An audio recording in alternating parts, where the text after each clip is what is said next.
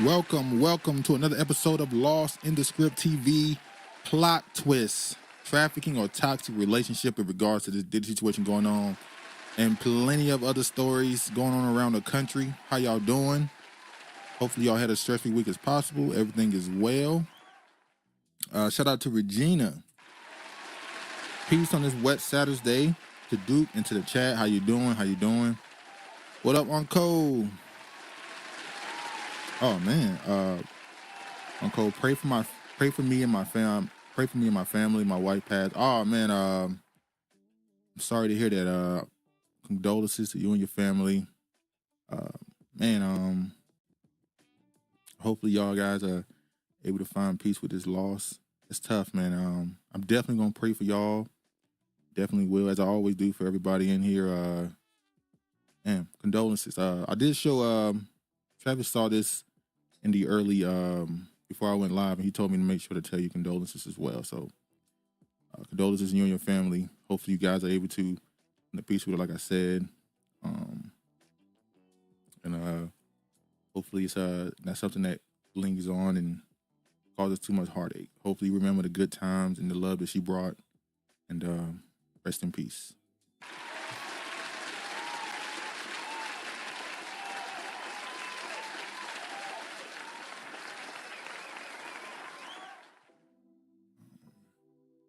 Honorable, what up?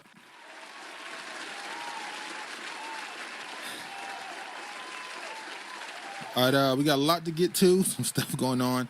I know y'all probably have heard if you kept up with this, if you care about this trial, I know y'all probably have heard people read all the transcripts and all the other stuff going on. So I'm not gonna go through everything, but I am gonna give some talk on this. I'm definitely gonna give my opinion on some of the things being said in this courtroom here with Diddy and Cassie as the particularly when she was cross-examined.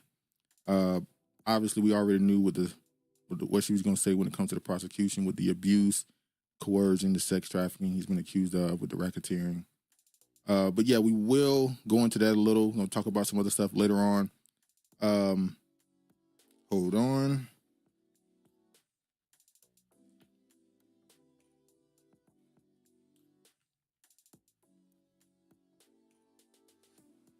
All right. Let's go ahead and get right into it.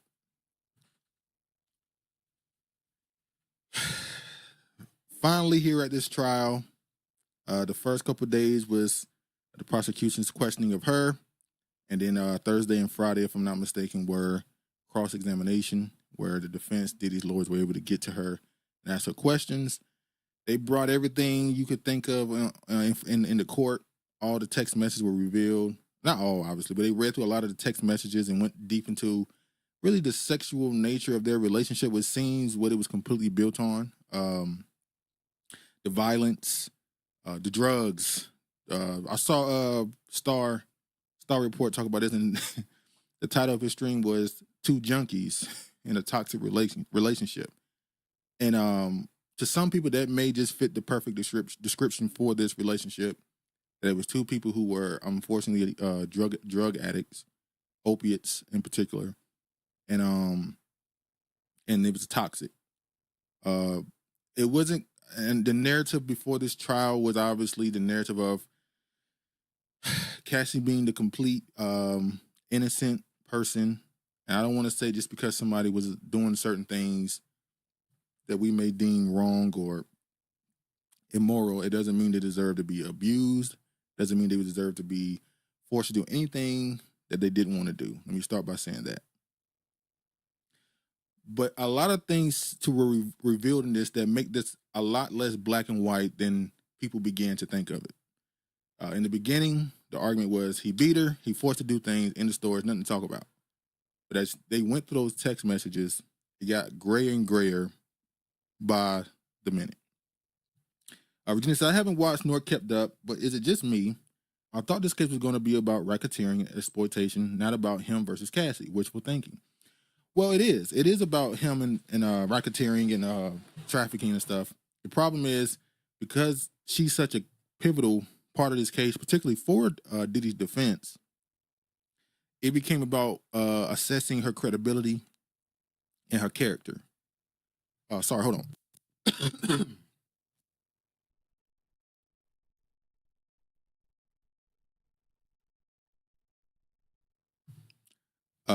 So it became less about. It became more about. Okay, she said she was sexually assaulted, forced to do things, abused. How much of this stuff did she go along with versus how much of it was she a willing participant in? Because if she was a willing participant in majority of these things, she is looking more like she should be more of a co-defendant than a witness. But we'll get to that. All right. Cassie feared release of freak-off videos she testified in Sean Diddy Combs' trial. So in the back and forth between her and the cross-examination with Diddy's lawyers, part of the reason why she said she went along with these freak-offs is because she was in fear, not just of the violence that Diddy would bring towards her, but also that he would release these things and publicly humiliate her. I guess that could be considered coercion, which is part of the thing they're trying to prove with the sex trafficking. And obviously because he allegedly used his businesses to pay for these things, and that's your racketeering. So let's go ahead and get to some of these things. I want to show this too. Hold on, let me show this. Because I saw a few beginning of the week, I think I brought this up, that there's people protesting outside the court. America is such a strange place. Maybe it's just not even America, it's the world really. That whenever anything happens in the public that becomes national or even international news, it immediately creates this sidism of your side versus my side versus everybody understanding that things may be more nuanced. Now, as this person said in the video, I'm sure many of these people are paid actors on both sides who are just there to stoke more attention to this case or even try and swing people either way. So let me show this. Why do you feel that way? So these are all paid protesters. You can get $20 an hour if you wear a t-shirt. You gotta speak up. She just got recruited, right? I refuse. You said no. No. It wasn't worth the 20? No, but like he told me that it's for a Diddy coin, so I'm not really sure what that is. Yeah, they just tried to pay me $20 to wear a free fucking shirt. Stop. I could tell because The lady right there, she just kept convincing me to go wear a shirt, and I'm like, I'm good. so just $20. And if you need $20, all you have to do is wear a free puff shirt. And just stand out here. And you said no. Yeah, I said no. Did they say how many hours? $20 an hour. And she told me she got paid like $60 yesterday for standing out there in 3 hours. Oh my God. Virginia says, sounds like it should be two different trials. This is turning into another Epstein nothing burger where the elite is protected. It's super freaky ish versus sex trafficking surveillance accusations. Well, yeah, it is just the first week, and Cassie's the first witness. They're supposed to have a few other people next week. Dawn Richards, she was the last witness this week, but she didn't finish hers. She's supposed to continue Monday. And I will agree, I haven't seen this elaborate, other than him, some of these freak-offs, he asked her if she wanted to do it, and she was like, yeah, I'm with it. And he told her to set it up, and she called the person to set it up. So it's like, I don't know. I don't know once again, I understand when it comes to trafficking, you have to prove coercion, and this threat of violence is a part of it. But it just haven't painted that picture yet. But anyway, Virginia says America is officially third world now. Crazy. Adam said, not you too, Regina. Don't put that third status on us. Hey, Anna was almost here. It's almost here. Let me just go through some of the headlines before I get to some of the back and forth questioning in the court. So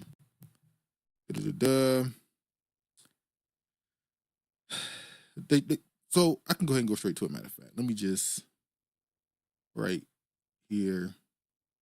So the first day of cross-examination, the defense is, at this point, is trying to make her, is trying to destroy any credibility that she has as a witness against Diddy.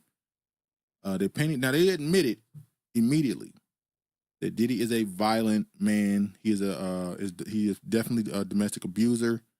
Yada yada yada. They're not even trying to defend that. Obviously, we have proof of that on video.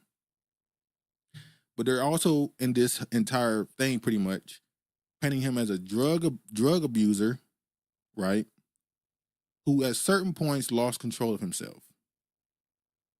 They did a whole rundown of the day or the week prior to the attack in the Intercontinental Hotel, where the infamous video that was released, showing that right before that he was having a what do you call it?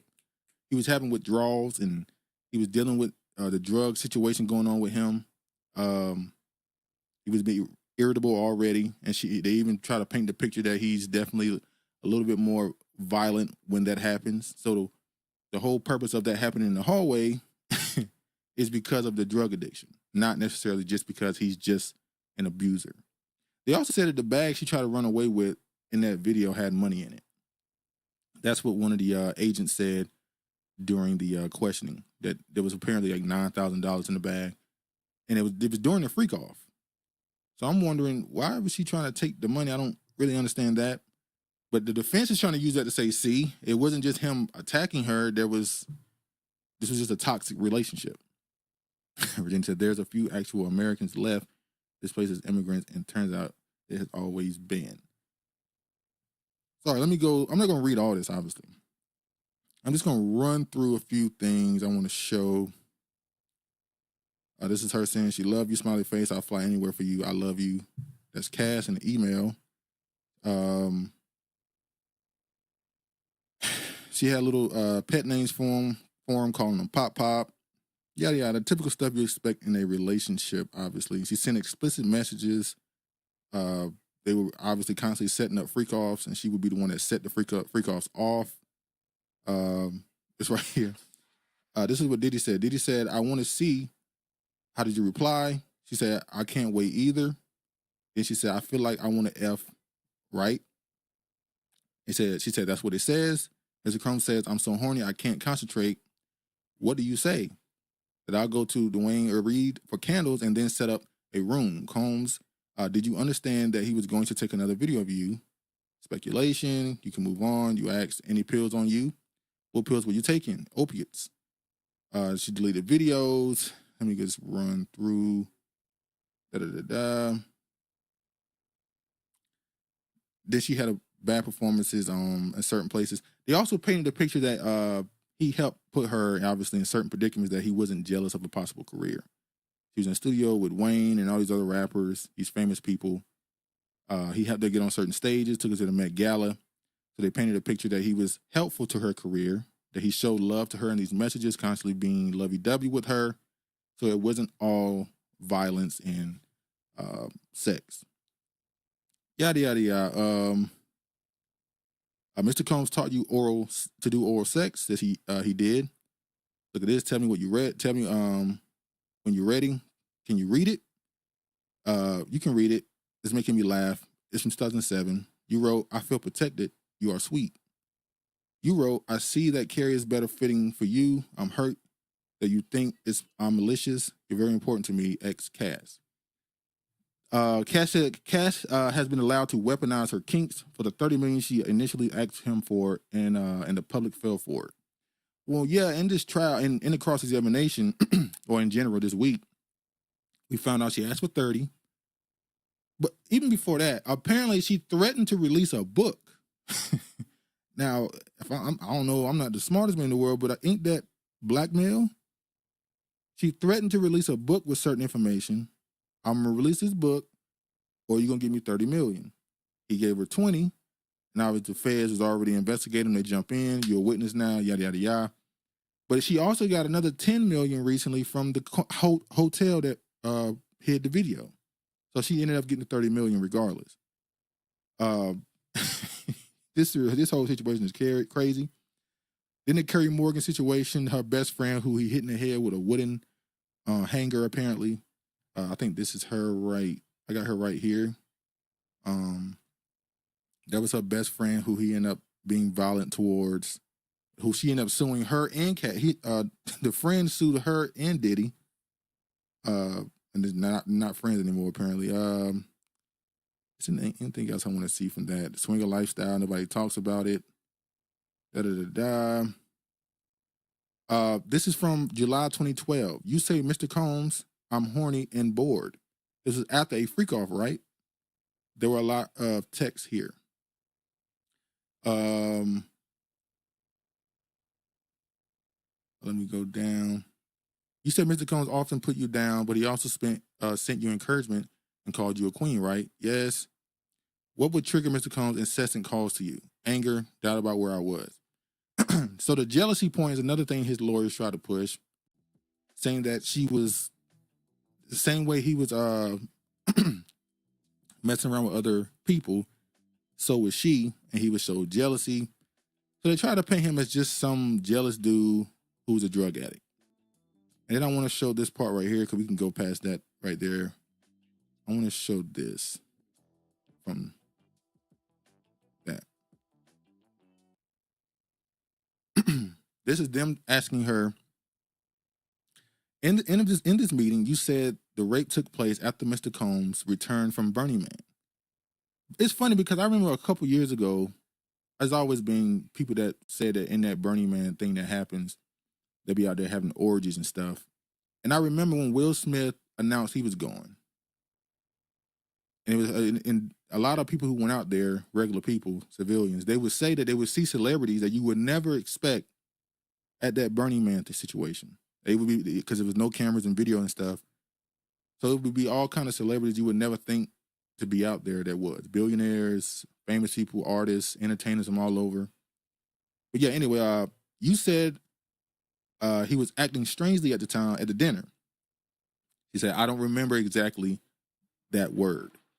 Did you meet the U.S. on April 8, 2025? Around then? This message to FB, who's that?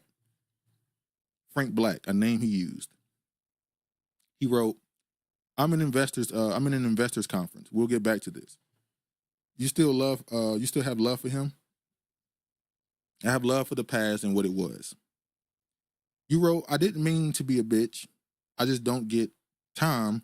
He writes, just need you to be positive, correct? Yes.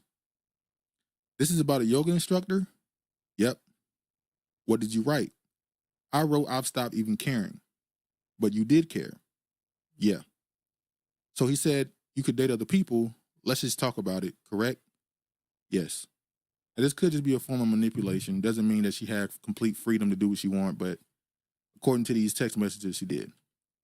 Adam says she was offering Carrie to Diddy like she was a madam early on in the relationship. Yeah, they asked her in this, did Diddy find the Carrie woman attractive? And she said in the beginning it was something like that. So I don't know. What am I? Oh yeah. What did you write? I wrote, I do love you. I would just prefer not being one of your girlfriends. Let's get up tomorrow night. I'll do the studio from 6 to 9. He writes, can I hold you or are you just going to break up with me? And you write back, we can embrace, LOL. And you wanted to hug him, right? Another thing I want to point out, when the prosecution was asking her questions, there was a lot more crying.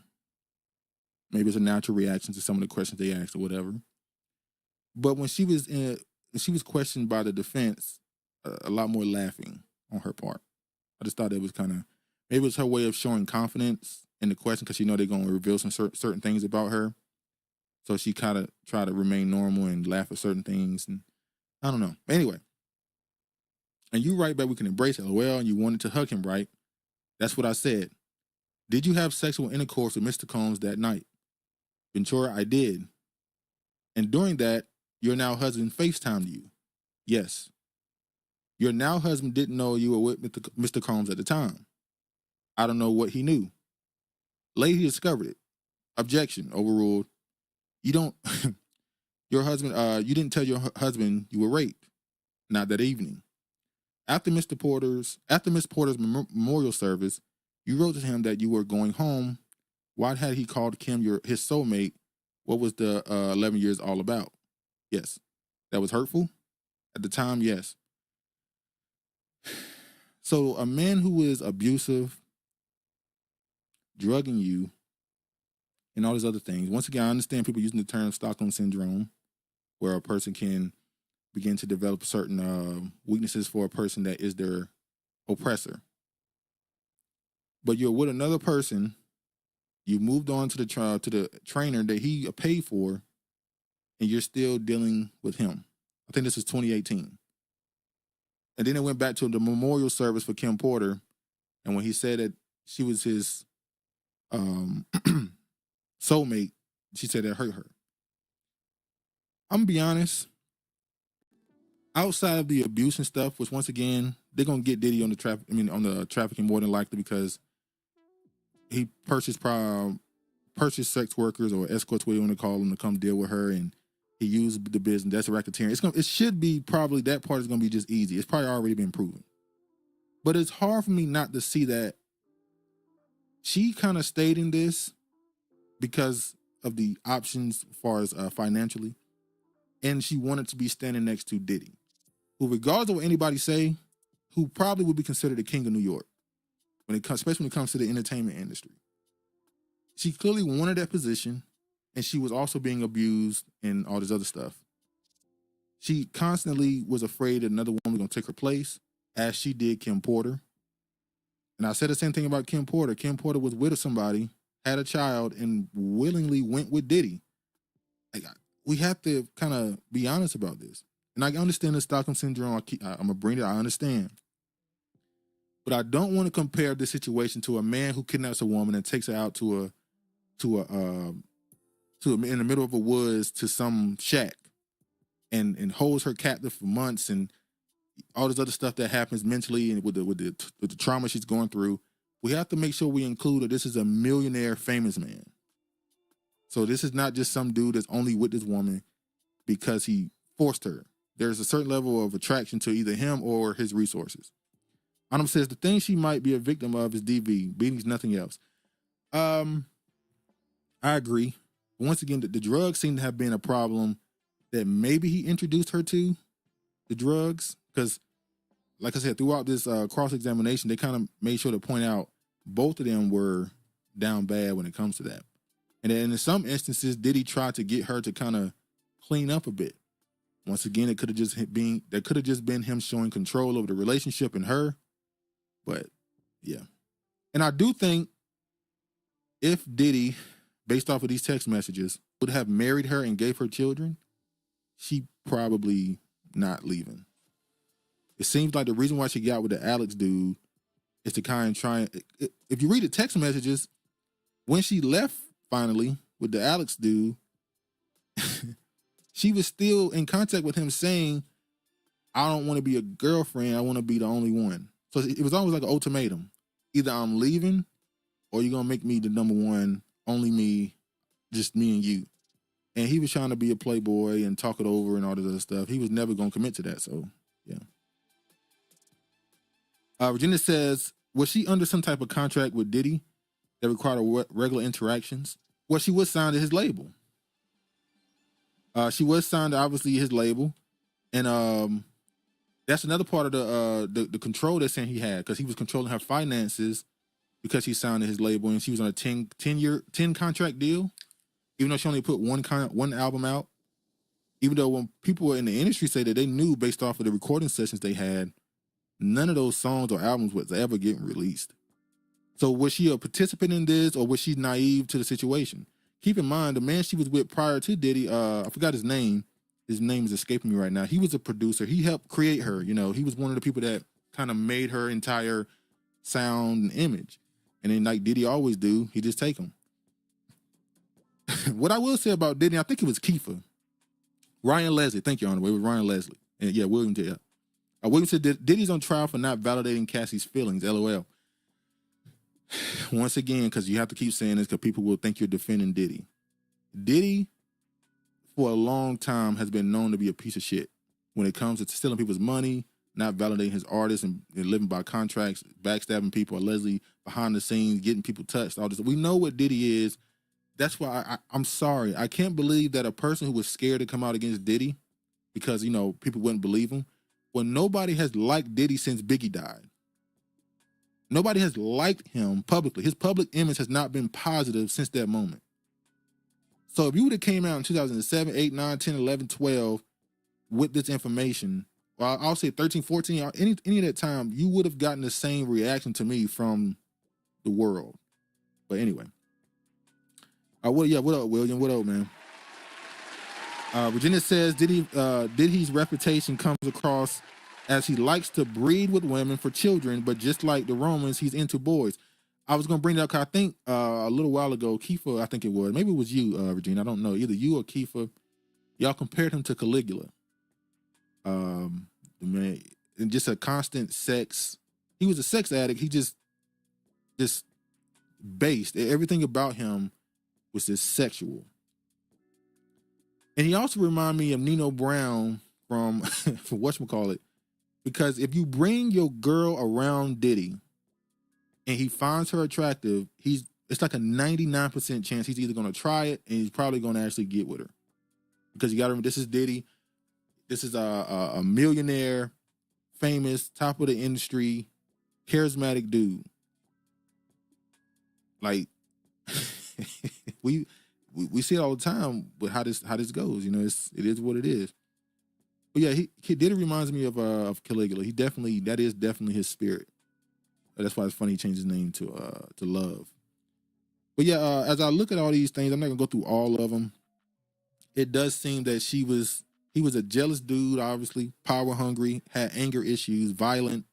He was all the things they say he is, but it also shows she might have been somebody who was looking for a come up as well. I mean, she clearly was looking for an opportunity in the industry to make it. That's why she left her Ryan Leslie to get with Diddy, and he got backstabbed for that. And he was 10 years older than her.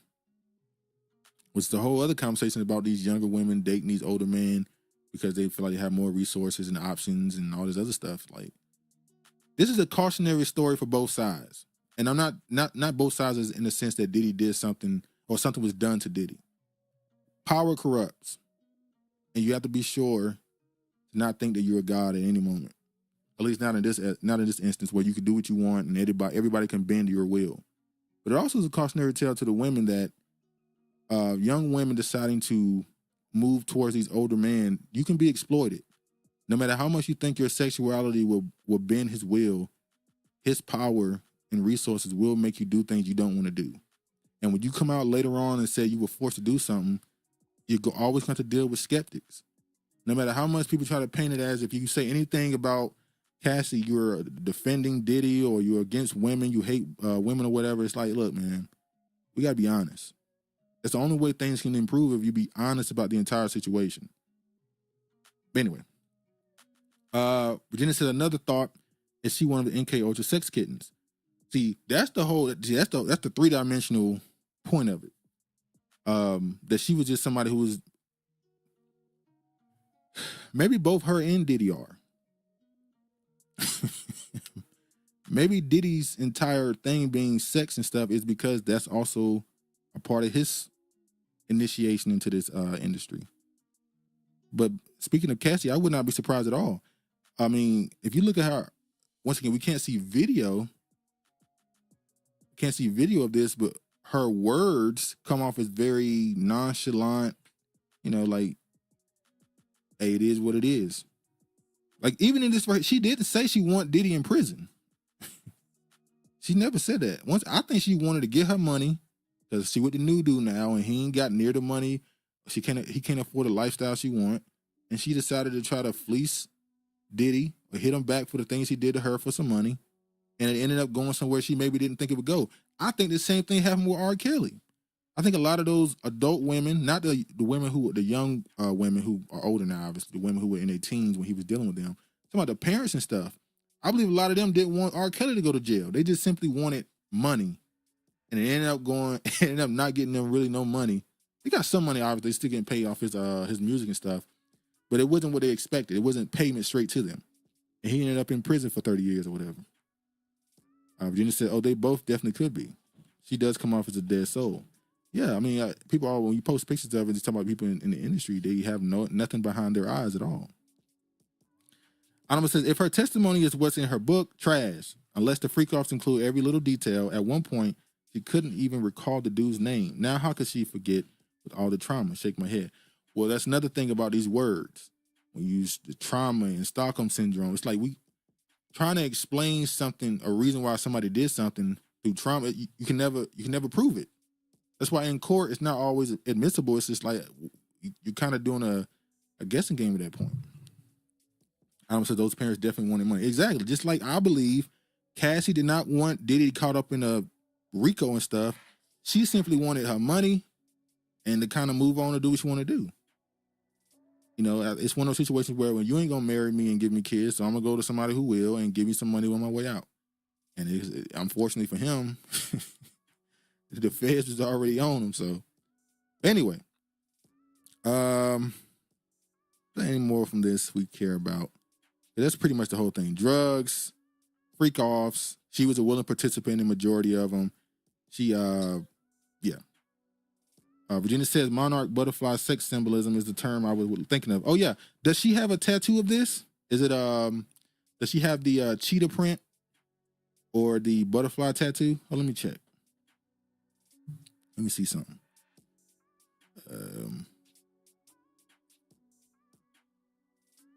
Hold on, y'all. She got a tattoo of Africa. What the hell? Is Cassie black? I never even thought of her as black. Does she got a tattoo of Africa?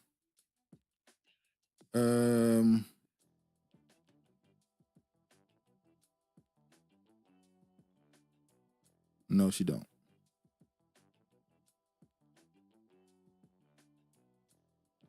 No, she don't. She don't have no tattoo of any butterfly. She got a tattoo of a dragon though. Star. Yeah, not what I was looking for. I think she testified to secure the money from the hotel. You think so? I thought she already got the payment for that. They claim the mother is a quarter African American. Oh, okay. All right.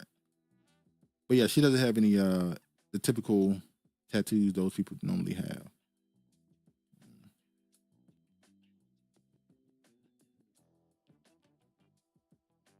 Anyway. What is this? Miss Ventura, you were shown this message when you ended. I don't want to freak off for the last time. I want it to be the first time for the rest of our lives. What did you say after that? Yes, I'm horny. Just got over a UTI. My God. Arnold says they got a hotel money right before she took the stand. Yeah, 10 more million. And also, before I viewed the Alex dude as a dude who kind of possibly put the plan in action to get the money, but I don't think that's what it is now. I believe Cassie completely runs that relationship, and she's the mastermind. He's kind of just the toy she got now to play house. But I think all this is it's her. I think that's all we need. The drugs, the abuse, the freak offs, that she was most of the time seemingly a willing participant in it.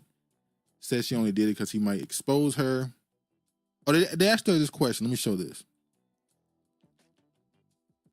Would you give the $20 million back if you hadn't have to do freak offs?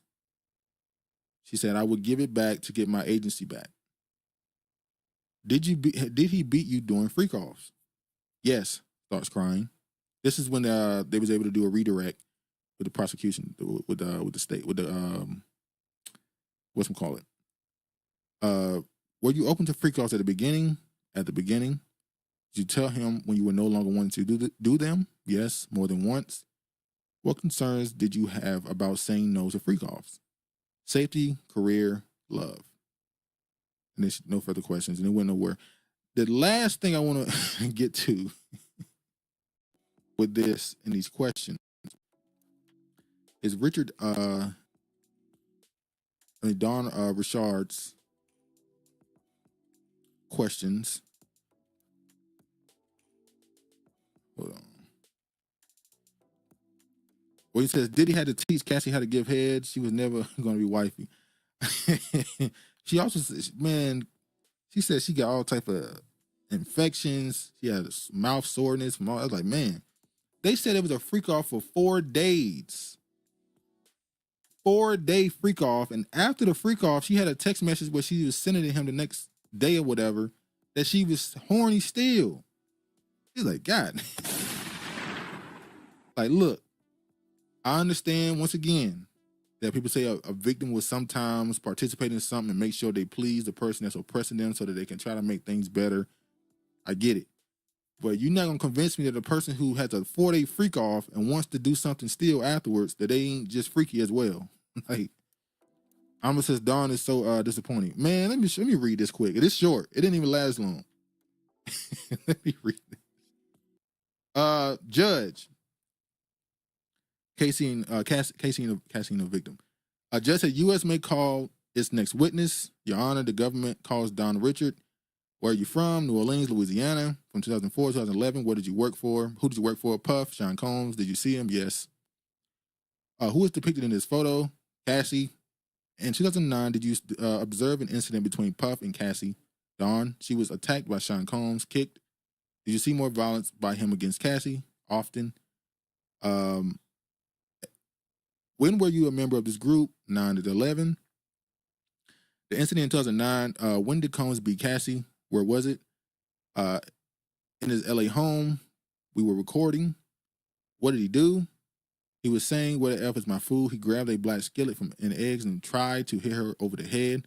So he didn't hit her. He tried to, apparently. Cassie dropped to the floor. What did he do? She went into the fetal position. Then what?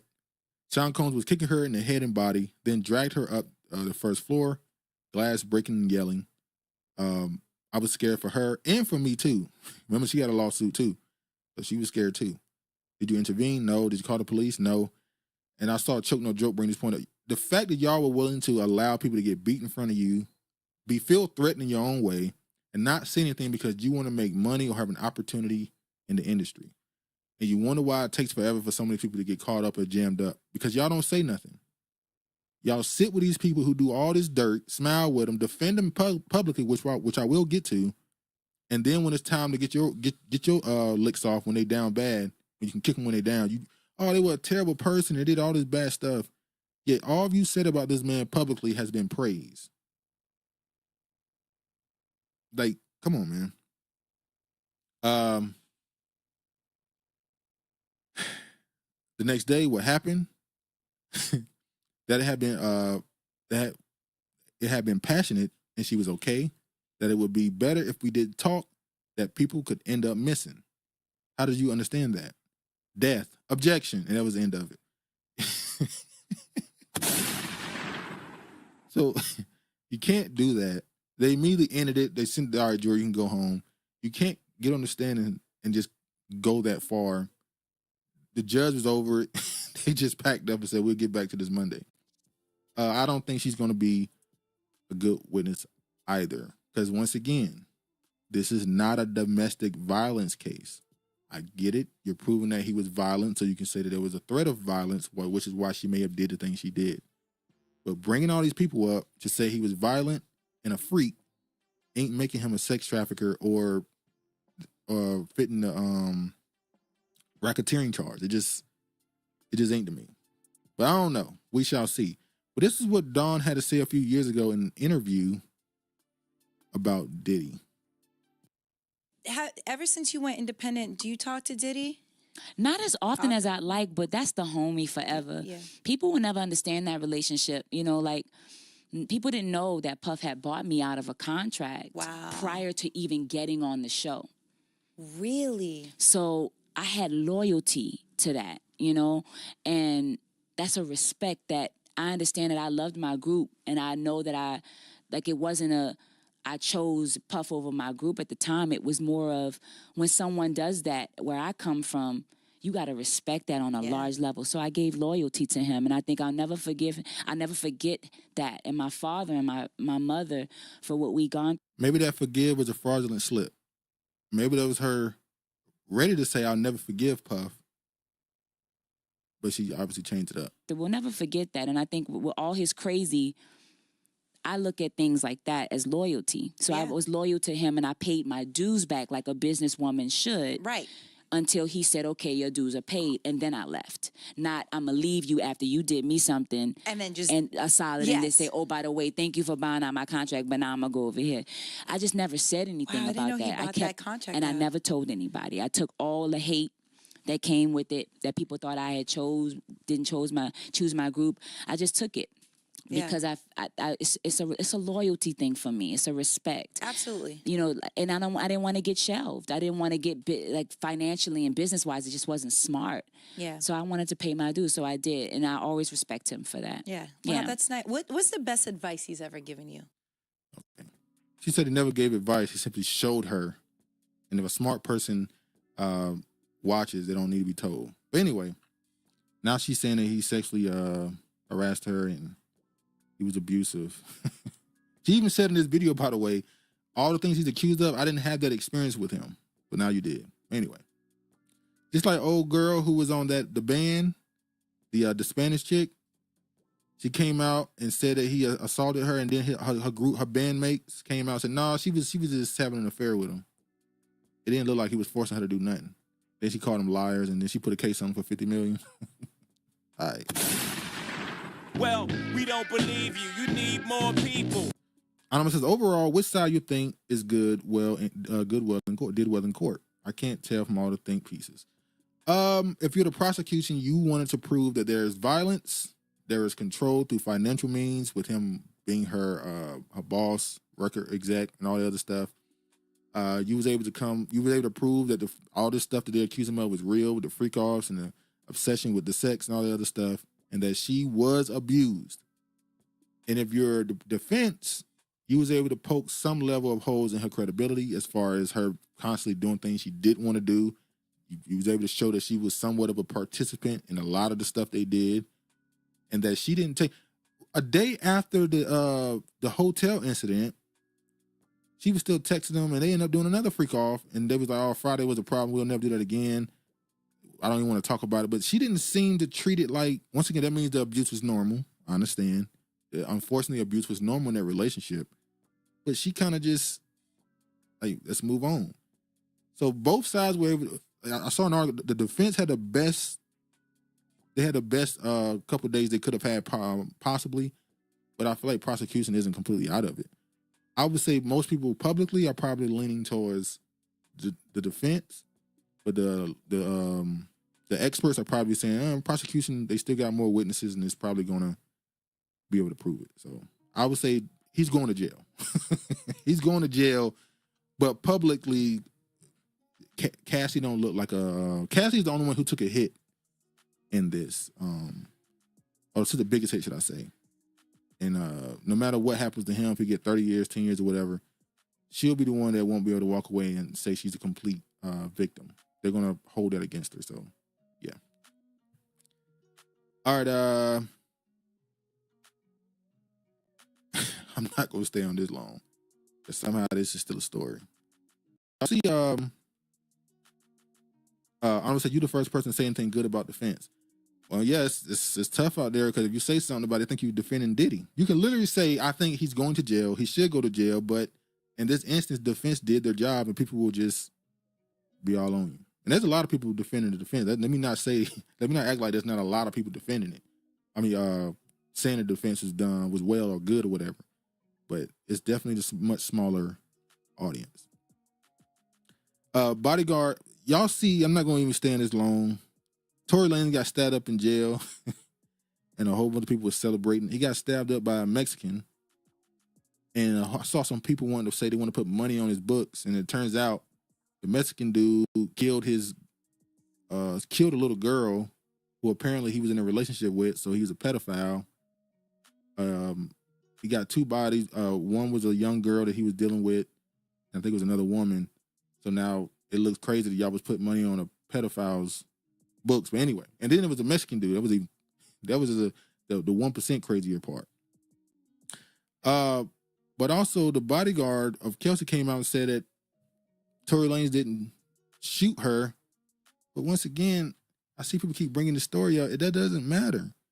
Tory Lanez is not in jail because he shot Meg Thee Stallion. He's in jail because he fired a firearm with, he had a firearm with a felon. He's a felon with a firearm. That's why he's in jail. Not because of a shooting her. But this does nothing at all. All it does is hurt the reputation of Meg Thee Stallion, if this is true, because she paraded around saying that he shot her and protect black women. But I'm so sick of this story. I do wonder, because he's not getting out. When he gets out, how many of these people that's constantly like bigging him up, free Tory and all this other stuff, how many of them will still be in celebration of his music? Because he wasn't a small rapper when he went in, but he wasn't, he was an independent dude. He wasn't the biggest star, but well, y'all treating him like, man, damn, all right. Alma says, I'm one of these people celebrating. That's backstory of the guy's literally Mexican culture. Why are they trying to shame people celebrating? I don't know if it's a good job to celebrate that type of person, but I get it. You just wanted him to get some get back. But I don't understand, though. If the punishment for what you think he did to Meg Thee Stallion is prison, why do you want him to suffer more in prison? It sounds like y'all didn't want justice, you want suffering. Which is kind of the biggest problem with the whole public discourse when it comes to people being accused of things. The court of public opinion is never really about justice. It's about suffering. You just want the person that you don't like to suffer. Adam says, I want him to put well, he got married to stop that, didn't he? We ain't gotta show all that. Prison was never enough for me. Damn, you just want him deported. You don't want him killed, do you? You just want him deported. All right, we can move forward now. Sorry, Diddy. We'll see what happens for you in the next couple of weeks with these new witnesses come Monday. They're going to try to rephrase that Dawn situation because it ain't looking good for her. Quick story on this. Democrats reintroduce federal resolution for reparations. Only thing I want to ask on this is why did y'all wait till Trump was in office to push this stuff? On a national level, y'all wasn't really doing this when Biden was in office. So what's the point? Hold on, y'all. Hold on.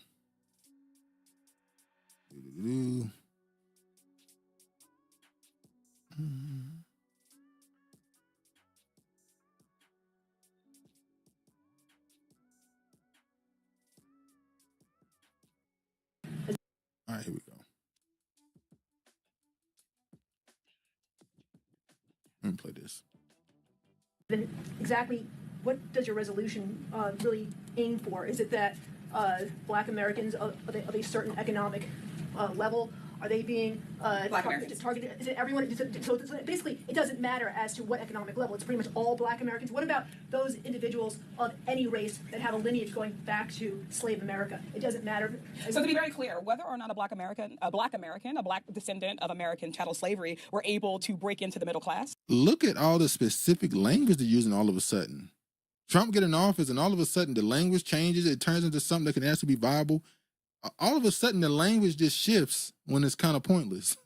According to the ideology that we need to rely on the Democrats to get anything passed for us.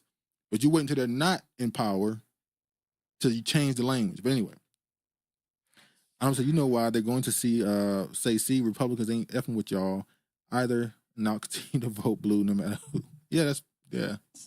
They are still, and they were able. That's been the plan for a couple decades. To do that despite the harms, despite the past injustices done to them. So they are not excluded from the reparation and the remedies therein.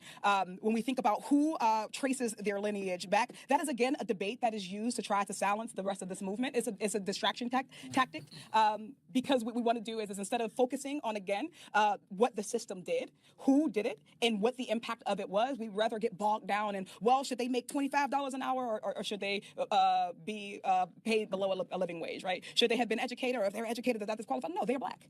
If they are Black and they're descendants of slaves, then they were directly in the lineage of harm. If they are descendant of Jim Crow, Jim Crow policies in this country. They are the direct descendants and current living recipients of that harm. If they are living today, then we are still harmed by inequitable funding schemes of public schools. We're still harmed by being Black or brown or poor and living nearer Black or brown? to environmental hazards all over this country. If you are Black in this country right now, you are still less likely to be able to acquire a loan. The interest rates are still higher for Black folks who are attempting to buy homes or go to school. We are still discriminated because of our hair, because of our names, when we go to get jobs. Yeah. Exactly. Yeah, I don't know what we're doing. But brown, like, how do you find a way to say Black and brown in this conversation? Like, that was so completely unnecessary. And Honorable made sure to send me this because I didn't see it at first. Maryland Governor Wes Moore vetoed slavery reparation study, citing need for the work itself. He is absolutely, and Honorable said it to me. He's done. He got Black American lineage. This is over with. Him vetoing this bill. I think the contrary. This absolutely means he is 100% running for president now. If he was just going to stay on the local level, he might have even somewhat promoted this a little heavier. Maybe if he didn't, he would have had more hands-on what the study is, and he would have definitely passed this to be a study. He saw what happened in California with Newsom passing that study and how he ended up shooting down the bill anyway, so it was kind of pointless. This means he absolutely is running for president. Virginia says, I'm surprised at this point that the IRS hasn't been included and Black slave owners in America hasn't been brought up in the reparations convo. Oh, but somebody did bring up the Irish, and it was the Negroes. I'm going to show it later. Honorable says, I went and made a list of all the studies he's claiming are alternative to reparations. Yeah, I think I saw you say, and I saw a lot of people say, the idea that we should just use one study on a national level to be a blanket for every state can't be used because each state had different codes when it came to slavery. So you can't just use a blanket study. You have to go and do everyone individually. But yeah, Maryland Governor Wes Moore has announced he will veto a measure to create a commission to study potential slavery reparations in the state, saying that while it was a difficult decision, the issue already has been studied, and now is the time to focus on the work itself. Now, a lot of the people were agreeing with him who are part of the whole reparations push, saying that we got enough studies. Let's get to the actual work now. Let's start pushing actual bills, to start getting these payments out. So he's not saying anything that's completely unpopular. It's just that, unfortunately for him, the headline is just reading, he vetoed a reparation study. So, yeah. I do think he saw what happened with Newsom.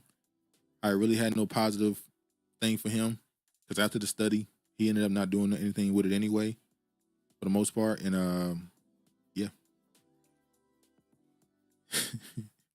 Virginia said, I didn't realize he's a Dem, assumed Repug. No, he's a Democrat. First Black governor of Maryland. Honorable said he got a Black father. Those studies aren't statewide reparation studies. Those people are uninformed. Okay. Some people are saying we're done with studies. Use one of the studies already done and use it for individual states. So, what's next? Oh, there's a new controversy. There's a new controversy around Kanye. Kanye released a song. I don't say they stupid. Kanye released a song called Hail Hitler. And I think it was this year or maybe last, whenever he went on one of those rants he go on social media, he said something in an interview, I believe, that was kind of, you couldn't help but agree. When people were coming at him for selling the swastika shirts on his website, he said, how come they can profit off my community's blood with the music and the crime and all the other stuff that comes from it, but I can't profit off of their pain? I can't lie. He made a point. Why? I can make a music saying I'm gonna kill a nigga, I'm gonna take a nigga girl, I can say all the crazy stuff I want to say about what I'm gonna do to another Black person, and you can, as a label, own the biggest percentage of that music, profit the most from it, and use that money to fund your kids' entire lineage, fund your entire lineage. But when I'm making music talking about you and something that's tragic that happened to your people, you shut it down. That's a good point. I see this dude here, Mike Baggs. He said, for 400 years, they've mocked us and made money off our pain, struggle, and stories. Every bit of our trauma turned into their profit. This is just a reverse Uno card back to center. Virginia said, definitely a good point. It's a great point. They can't even refute it. That's why they just kind of, when you say that, they can't really say much other than that's just individual executive. That's not all. And it's like, all right, but it's affecting the whole community and neighborhood. It's affecting a lot, and there's nobody doing anything about it. Which is why we talk about the lawsuit with Drake and UMG. Well, if you can sue for lyrics, then that means that any of those Chicago mothers who had to listen to a song of some little rapper saying their son's name in a song, laughing at his death, or in Florida, or in Atlanta, or in Detroit, or in Philly, then they should be able to sue the labels for putting those songs out too. You put a song out of somebody mocking my son's death, which led to more violence, I should be able to sue.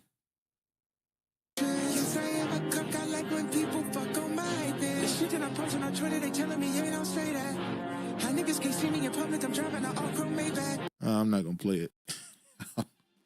Kanye kind of fell off with the music, but yeah, good point he made. And white people still got their hustle going on. This Give, Send, Go or GoFundMe hustle is still going on. A white couple promoted themselves singing the song in the car, the Hell Hitler song by Ye, or Kanye West, formerly known as.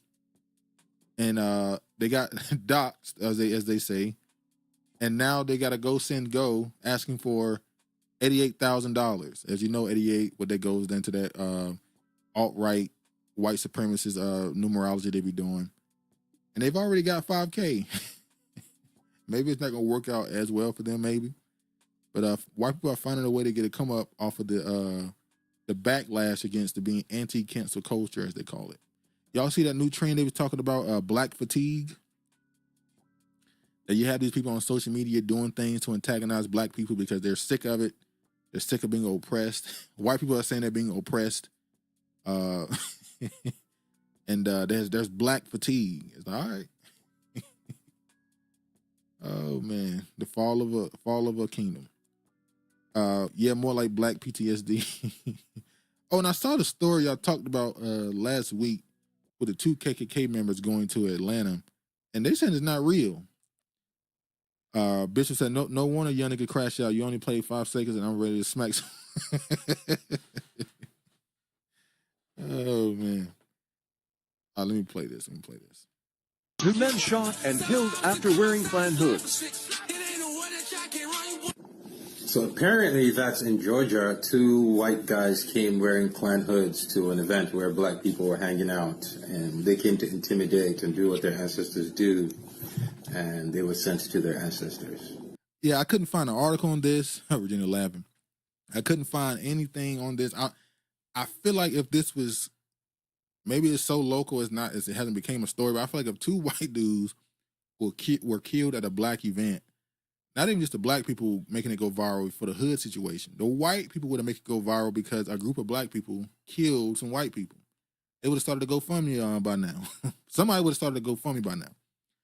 So I don't know if this story is actually true. So they're dead now, in case you didn't get the reference. Yeah, that's it. That's the story. White guys came to intimidate with Klan hoods, and it backfired, and they got backfired. Jen said, you know that will make worldwide news of truth. Yeah.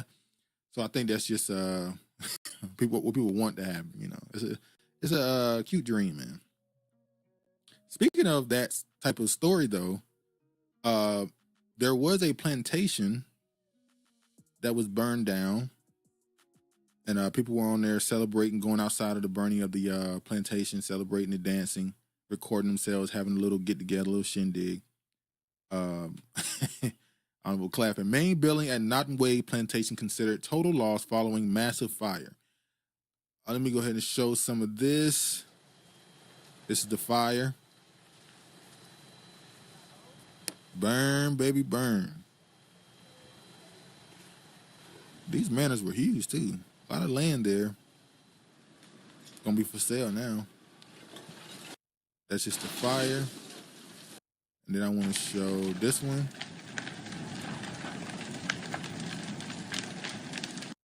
Now I got a question. How do y'all feel about, we already talked about the idea of statues being removed from these Confederate statues and stuff.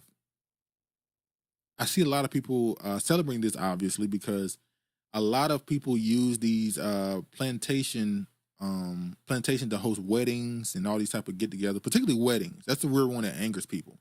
You have people going to plantations to do weddings, and that's, people see that as disrespectful and stuff. Do y'all agree? I've seen some plantations obviously use them as museums to teach about the history and what was going on. You have people that acted out and stuff, like the military people, they acted out what was going on. You have black people who will come there and reenact the stuff that went on day to day. Honorable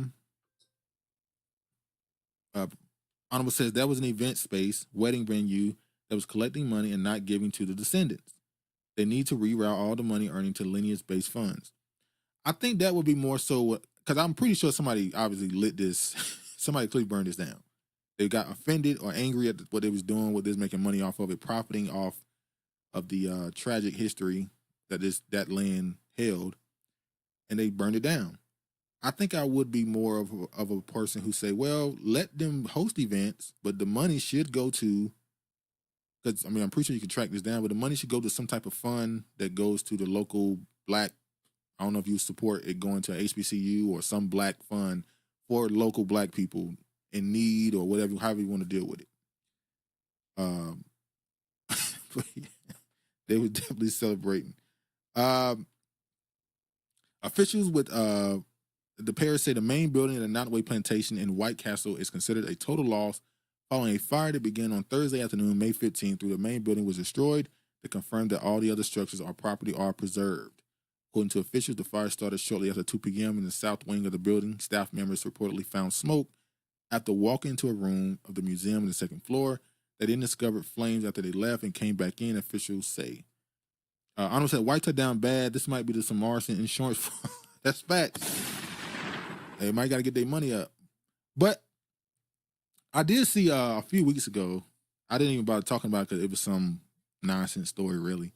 Not really nonsense. Let me rephrase that. It's not nonsense, but it was just, I didn't quite get it and I didn't bother going deeper into it, but I got somewhat of the context of it. Where there was this woman and her husband, and he built a gym in some house that used to be formerly where slaves lived. Like it was like an outhouse or whatever. And people were so offended that I feel like this girl and this dude were like Indian or some type of, I don't know what they were. So you have people buying these properties and moving into them to live there. And I'm asking, should we see that as disrespectful if you purchase this to live there? Is it a positive for a black person to purchase this and live there? Or should it all be destroyed no matter what? Should we support even black people moving into these properties? What up, Craig? Craig says, these people are worried about everything except their birth rates. Boy, now, once again, you see stuff on the internet, you see a graph on the internet, it don't mean it's real. I get it. I'm not, the running joke is you put something in big letters on the internet and black people believe it. So I'm not saying that this is true. But if there's a graph that I saw created by one of those, because now on X, no matter who you following, X would just put these white supremacist page on your timeline, or they'll respond to some black. It's so much cross contamination now with the timelines. But some alt-right supremacist X page posted a graph of the birth rates, and they were like really distraught. Like, man, this is almost over. No one is having kids. The birth rates are dropping ridiculously. Like, it's getting to a point. It's so low that even the black birth rates in certain places are starting to drop. Like, it's getting to that point, which I always say that's normal in a dying empire. When you have cost of living is too high, wages are too low, People have less kids, and you have to bring in a large population of immigrants to try and fulfill the workforce. That's normally how the end of a kingdom or whatever. That's normally how it goes. The birth rate drops dramatically. Honorable says, I saw that the Afro Latinx couple, the main ones who romanticized these plantations, the weddings and stuff. Yeah, it was very strange.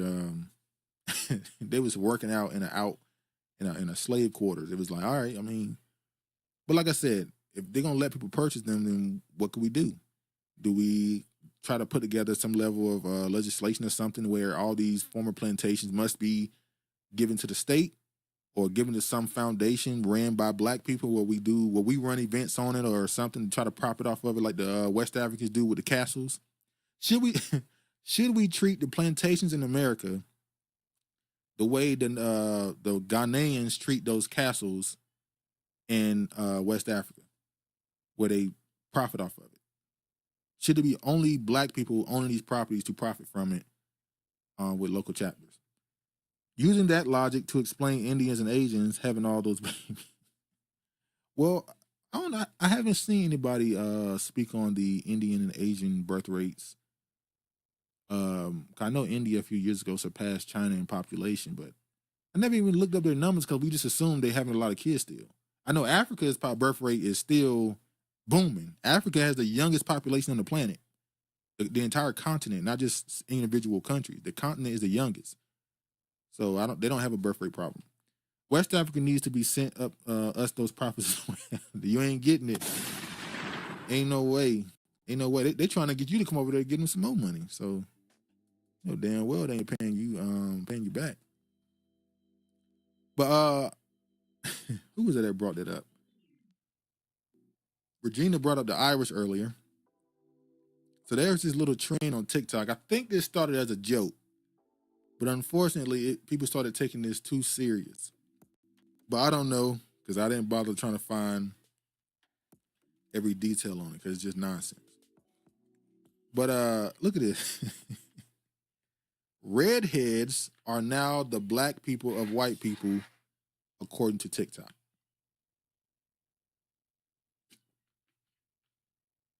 See, these new Negroes. A surprising alliance has formed online after a viral video with over 64 million views dubbed Redheads as the black people of white people. Now what has started as one woman's hot take has taken over everyone's algorithm, sparking solidarity across the newfound community with thoughtful insight and humorous skits. However, some believe the trend has overstepped the mark and with certain white creators appropriating black culture. So you have somebody make a viral video calling these redheads black, and then when they start to participate in what they deem to be black culture, you accuse them of appropriation. See, this is what that cookout stuff is all about. What are we doing? Why do we constantly make these jokes about accepting people amongst us, and then get offended when they do something? Meet the Jengas. I want to show one particular. Arnold said, it started with a Haitian chick claiming ginger descend from them. African Americans took it as a joke, and then white folks started to have therapy sessions. It was funny, but definitely went too far. That's what I'm saying. I feel like it started as a joke, and then, like I know the white people was doing the skits and stuff. It was probably a little bit funny, but as always, there's somebody, especially on TikTok. I don't have a TikTok, but every time I see a trend and it starts off as a joke, very quickly somebody posts something that gets very serious and somebody trying to be some scholar. Somebody had to make one of these posts to say, oh no, it's actually real. And this year, and 18 whatever, there was some alliance in this city, and of course, black people and Irish work together. Like, bruh, stop trying to build this solidarity with people that don't fuck with you. Perfect example, speaking of Haitians, perfect example is this, the Pope. I didn't talk about him completely last week. The Pope thing became controversial because he got in, whatever. I saw the Chicago people making jokes. They put the Chief Keef music behind the Pope getting in office. The Sosa, these bitches love Sosa. And it was funny. And then people started digging and said, oh, The Pope has black, quote unquote, black ancestors, Creole and Haitian, I believe. Virginia says, speaking on this topic, I watched an old video earlier of actress Anne Margaret, and she was dancing like a Negro. Pope's family came out and stated they ain't really black. They had to clear it up. Like, oh, don't don't go too far with this nonsense. Anima says I was watching the video from YouTube, and they had to keep posting cookout invites are on hold indefinitely. Let me show the video. I want to show a particular video of a young lady trying to make the Pope black. All right, here we go. That y'all don't even know what mulatto, passe blanc, or Creole is diabolical. And then in the black community, your ignorance is willful. Like, y'all choose to be ignorant. Y'all have no idea what that shit is, but y'all want to come on here and say, oh, the Pope is not black. The Pope is not black. If I saw him on the street, I would think he was white. That's exactly what passe blanc, mulattoes, and Creoles look like. Passe blanc is literally people that pass for white.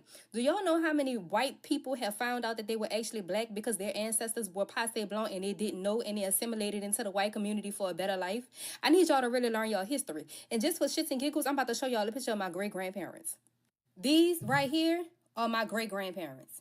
These are my father's grandparents. How about that? These are my great fucking grandparents. And y'all gonna tell me these people are not black? Y'all really have got... You know, with a discourse like this, how many people get offended because they start to project their own insecurities about their own race or whatever? You have this strong reaction to people saying that Pope, this man right here, this man not black because you have grandparents that look like him. Look, man, your grandparents are the same thing as him. Like, they ain't, like, come on, man. Anna says that's not African Americans. That's in Louisiana Creoles claims that man calling us names because that's her. Grace, oh my God. Regina says the passing narrative places a deeper diabolical twist on blaming the white man, doesn't it? You know, it's funny because it reminded me of Sinners. A big part of that Sinners movie is Mary, the mulatto, or she's not even mulatto. What is she? Octoroon, whatever she is. One of her parents is quote unquote black or mixed or whatever. How the entire downfall started with her. So when you say that the narrative of blaming the white man, if you could say the entire night went the way it went because of the quote unquote white woman. But she's quote unquote mulatto. She's just passing. It's like, all right, man. Anima says, I hate when I have to explain to LC Louisiana Creoles we're not the same black people. We don't need to learn y'all trash history regarding 184 year removed from each other. That's gonna be tough because it's hard for me to, once again, I understand that in Louisiana, there are black people. But also in Louisiana, there are Creole people. And whatever the other one is, I don't even keep up with it no more. The Creole and what's supposed to be the white passing ones and the quote-unquote Creole, the ones who are more black-looking. I don't even try to defend it no more. I just go, whatever. It's getting close like that with the Geechee too. Anima says, the passing narrative is African-American narrative. That those confused people that have French influence, everywhere the French went, the people messed up. All right, let me show this. I had to learn how to do y'all research because this is wild. These are my ancestors. I am black. They are black. See, because they're saying the Pope not black, you think they're saying you not black. They are Creole. Y'all really giving Kamala vibes on, oh, she's not full black, she's not.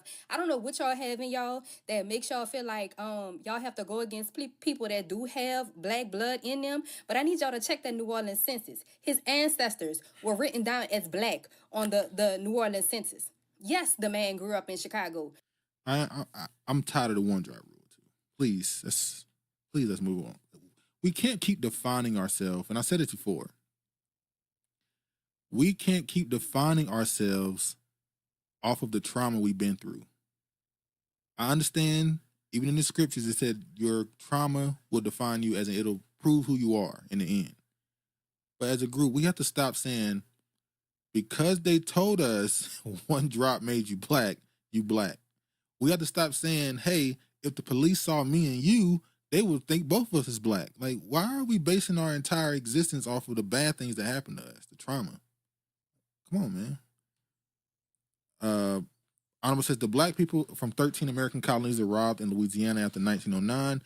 The only subgroup of African American is Gula Geechee. How are these Creoles clowns like her? William says, so now we know what this is about. Kamala. That's another part. That's another part of this. You still talking about Kamala. Like, shout out to Candace Owens. Regardless of what you think of her, she showed you this woman doesn't have black in her. She's Indian. She is an Indian woman whose mother, I ain't gonna get to the whole, her mother and her father both had some level of government connection. We ain't gonna get to the conspiracy. She was from a young age trained to do exactly what she attempted to do. To come to America, convince people that she is of a certain background so that she can infiltrate. Honorable says Louisiana Creoles and black men are the main people uphold that damn one tribe. That's not true. That's not true at all, Honorable. Who was calling Meghan Markle black? What was the main group calling Meghan Markle black? Zendaya. Who's the main group calling Zendaya black? And I know her father's black, I understand, but who's the main one claiming them as just black, not mixed? You can't say that. I disagree completely. What said preach. Virginia said the race constructs are so darn complicated, which sounds more like cultural differences and distinctions.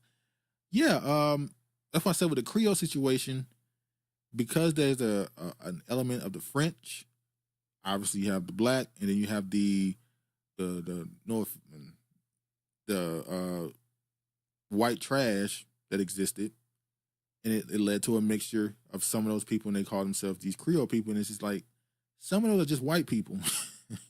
Same thing with the Melungeons of the East Coast. When you talk about North Carolina, South Carolina, and think Virginia, Georgia, there's a Melungeon group. They're not black. They're not necessarily white or native. They're just a group of mixed people, like Arabs.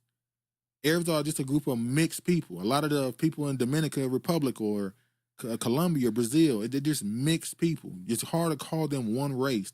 The way we use race in America, or the way it was once used in the past, where you define anybody from the continent of Africa, black. Anybody from the continent of Europe or from Europe, white, Asian. That don't work no more because the people are just mixed up in these countries a lot of the time because of colonialism.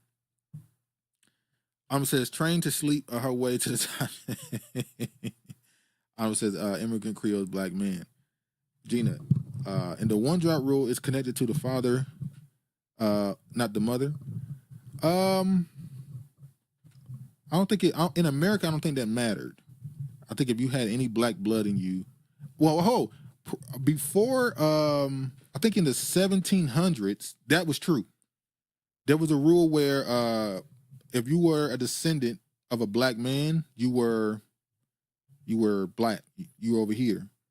But as Honorable always brings up, this country invented a law to make it where if a black woman was your mother instead of being a black man, then you were considered black, so that they can pass on the slave ownership down to the child. But it started with black men, because in this country in the 1700s, early 1800s, they were importing a lot of white women to America to be impregnated by black men for slave kids. But at some point they said, why not flip that? And instead they made it black women passed on you got ownership through the black women. So then black is deceptive. Yeah. Honorable says we have no French influence. It needs to be made clear we have two distinct groups we developed separately for 184 years. It was the mother, 13 colonies used that law. But before that, it was the men.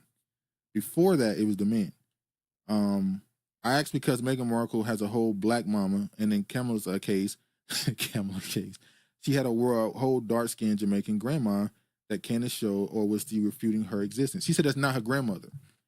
She said that woman was her basically like a maid for them.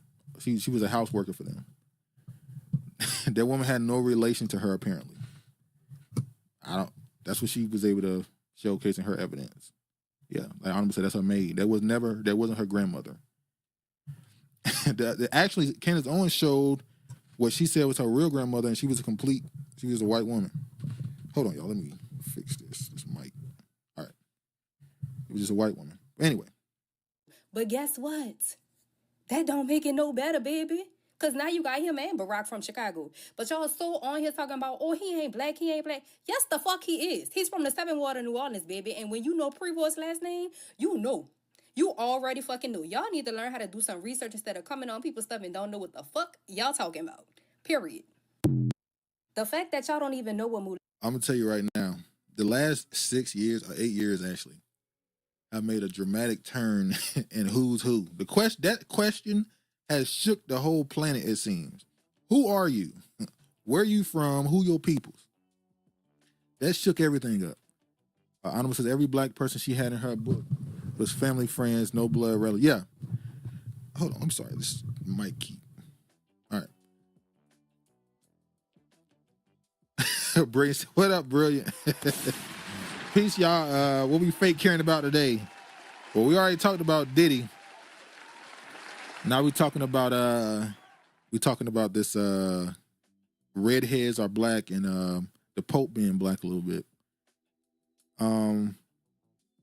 Yeah, in her book, all the people she called auntie and uncle were actually family friends. They were never actually relatives. And she explained it in the book, but she did it in such a deceptive way. She was trying to be tricky. So if you don't read the book in full context, you'll think that she was talking about actual family members. Dark skin is so deceptive lately. I've heard some white folks claiming that dark-skinned white folks exist. Technically, Kamala's father pretty much distinguished himself as such. I saw, I don't know if y'all follow it that much, but you know who Esau, Jacob, Ammon, Ishmael are these the old names for the races of the Bible. You know, the Arabs, a lot of they call Ishmael, Ammon, that's the Jews. I forgot the name, forgot the name for the Chinese or the Japanese. Forgot their name. Esau is by some considered white people. And you have black people considered Ham, and you have Jacob, whatever. I saw some people saying, and I've heard this before, that people from East and West Africa are actually Caucasian. Like how we view Caucasians nowadays as just pale skin, blonde hair, blue eyed, is not the original look of the Caucasian. They were actually dark skinned. I've heard that a couple times from people that try to prove it. So when I hear you say some people saying that dark skinned people were actually white people are actually dark skinned, I've heard that before. African Americans are the only people not allowed to ask people who they people, where they from. They start crashing up. Bruh, I've seen people genuinely ask a question out of just asking a question in conversation on social media, like, hey, where your people from?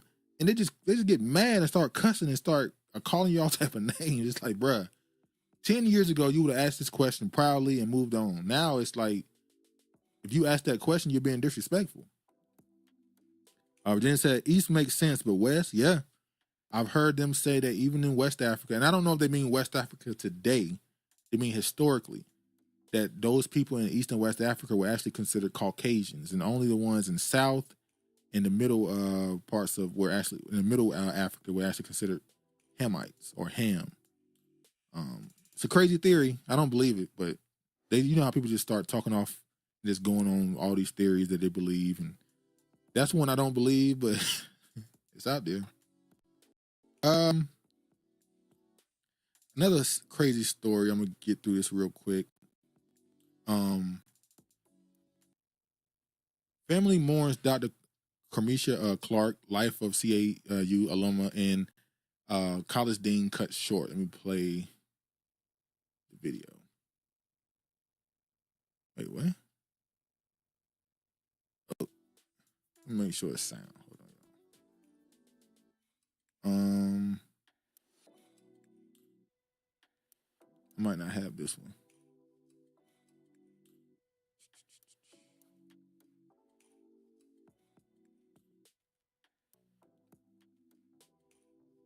Yeah, I don't think I got this one. I can't believe they all got the same thing. Well, I don't have the video for this one, so I'm just have to explain it. A security guard walked in front of this woman here and shot her and another woman, killing her. The security guard was hired by obviously another company to secure the building, college, the campus. Turns out this security guard, Caucasian man, was a felon. So that means they didn't do background checks on him. So a Caucasian felon was allowed to be on a campus as security with a weapon. He was able to walk around with a firearm as a felon to work security on a campus. This whole story is strange. Keeper has sent this, and she says, conspiracy or is this coincidence? What I want to say, this is obviously in California. This goes back to the idea of, because I've had this, I won't use the word philosophical, but I've had this conversation before about prison, and it should be something that something that improves you or just punish you. And then when people get out with felons, should there be some way for them, hey, I served my time, I paid my dues, let me go back into society and participate in the economy. Let me be able to make money. But if a person gets out with a felony,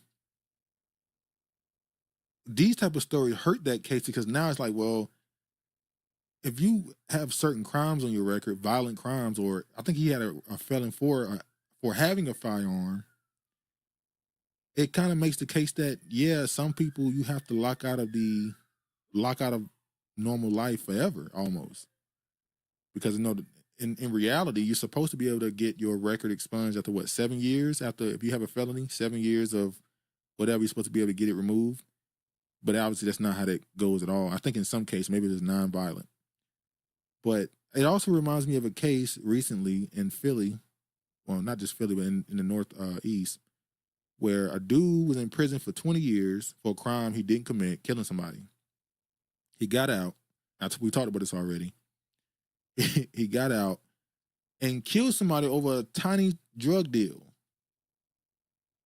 So he went to prison for 20 years, won like $2 million in a case, getting out, and then immediately went back to prison for killing somebody over a tiny drug deal. Then you had another case where a dude was in prison forever, however long, and you had the project, what do they call it, the Innocent Project. They helped get this dude out of prison. He got out, and then he killed someone. And it's like, y'all make it really hard to defend people who go to prison and try to correct themselves when they get out and do stuff like this. And of course, California is the place that don't do background checks and allow these people to be on college campuses with firearms as former felons. Of course, it'd be California. Brain says, are you surprised? Craig said, damn. It's a sad case. Rest in peace to her. She was a person who was a light for the people around her, according to all the people that spoke on it. It's unfortunate that she worked so hard to get all these degrees and stuff, and now she's trying to work her way up even further. And somebody who is a felon, just on campus, just able to shoot her point blank, killing her, and just going about it. Now he's going to be back in prison, and it's just sad.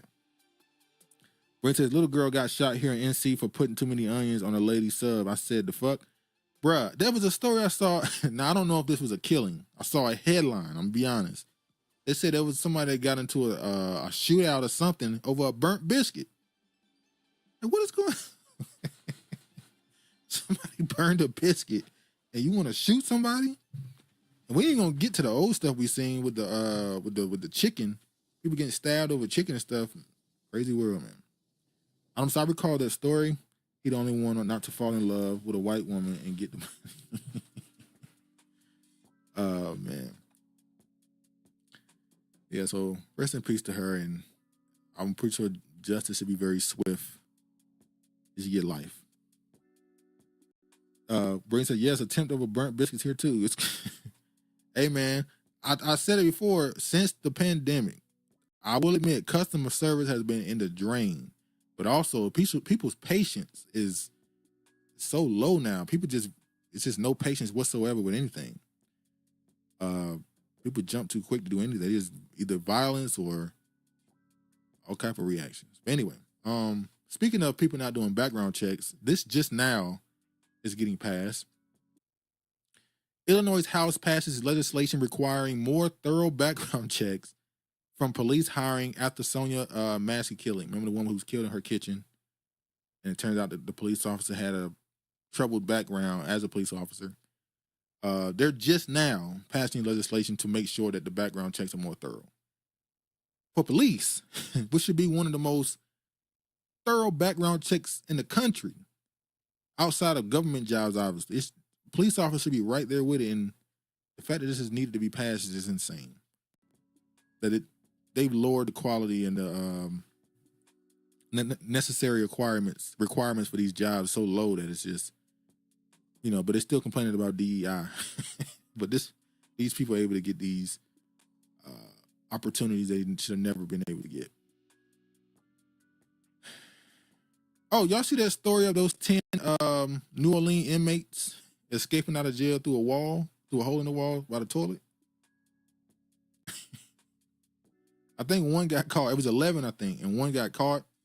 I think he got caught in some what's that clothes called? I forgot what it's called. So, it was Supreme. How you get out of prison and immediately? I'm sorry, escape prison. Not get out. You escape prison and immediately go try to get fly on people.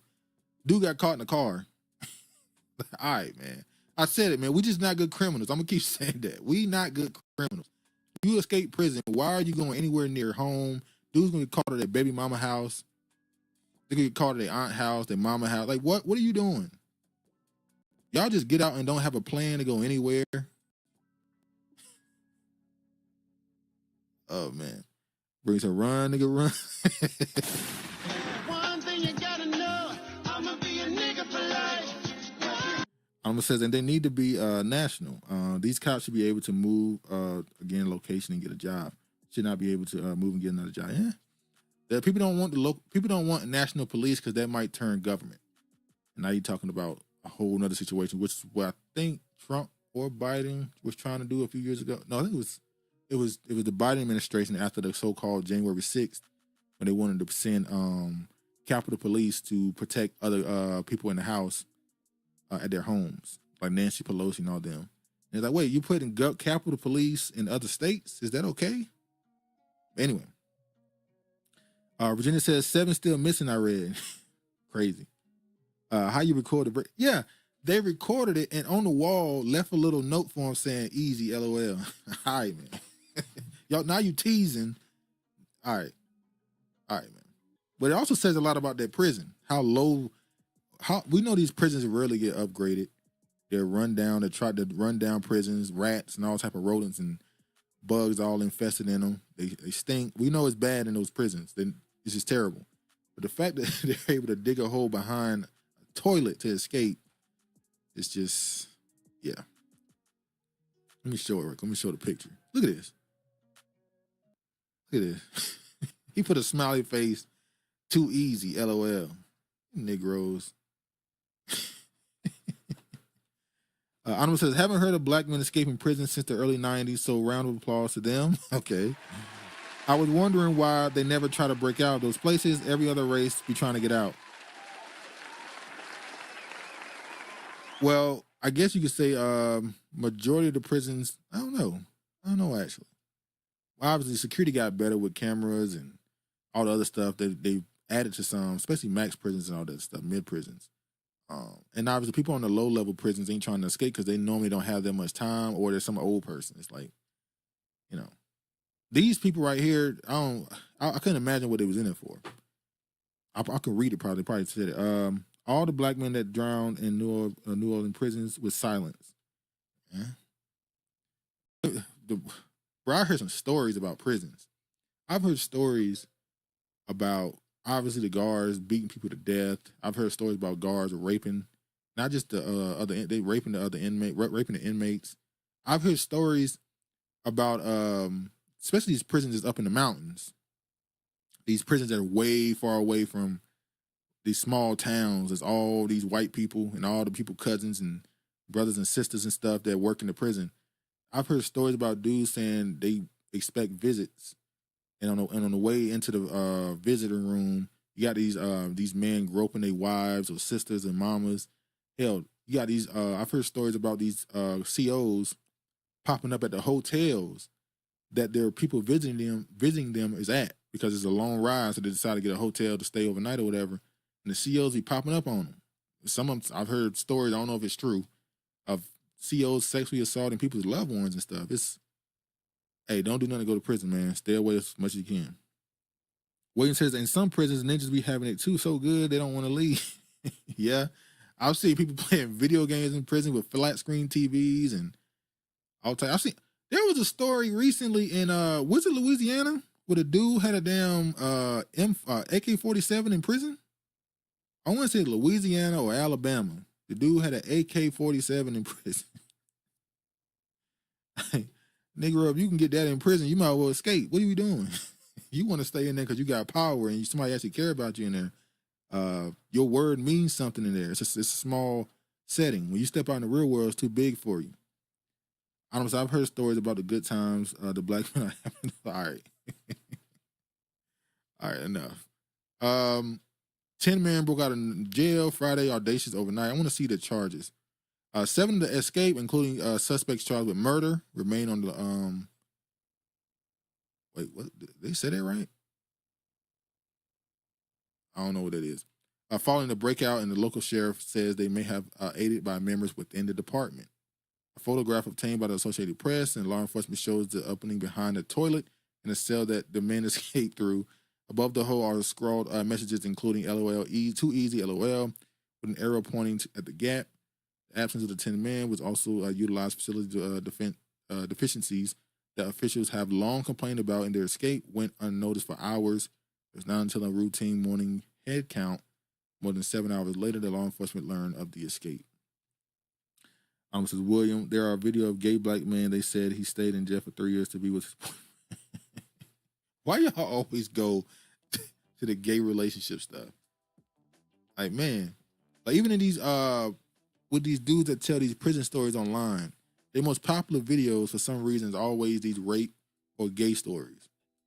People have an obsession with it. It's crazy. Final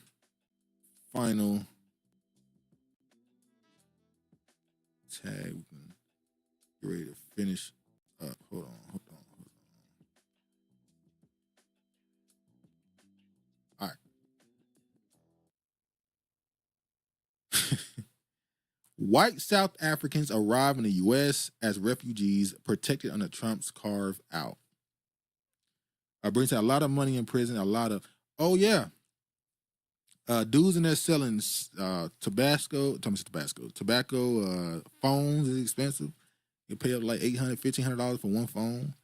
Dudes can be damn near become millionaires in there if you got a real hookup outside. Something that costs $5 out here can cost $200-$300 inside the jail. Honorable said that's all they're doing in there, dating each other. Virginia says, no disrespect, but they don't look like South Africans' finest white folks. Bums. This is the white trash. This is what's funny. I've never seen American government celebrate taking on another country's white trash, because we know what this is really Elon Musk pulling the move. I know what this really is about, and it ain't going. And I talked about this last week when I said I want to save my real entire exposition on Trump, because I feel like he's doing a lot of stuff that a lot of people are going to be angry about, even his base, whether it be the evangelical Christians, his foreign policies with Israel, how he's trying to work with Saudi Arabia and all these other countries. Even though in America, he defends Israel staunchly. You're not allowed to speak a certain way on campuses. He's locking it down. He's passing laws to protect the speech against Israel. But how he's moving is like, I do what I want to do. But anyway, the white South Africans are now in America, the refugees. Elon's friends and neighbors, relatives. I'm saying Elon is from South Africa, and he's trying to make this a bigger topic, because these are the white people in South Africa that says, listen to this.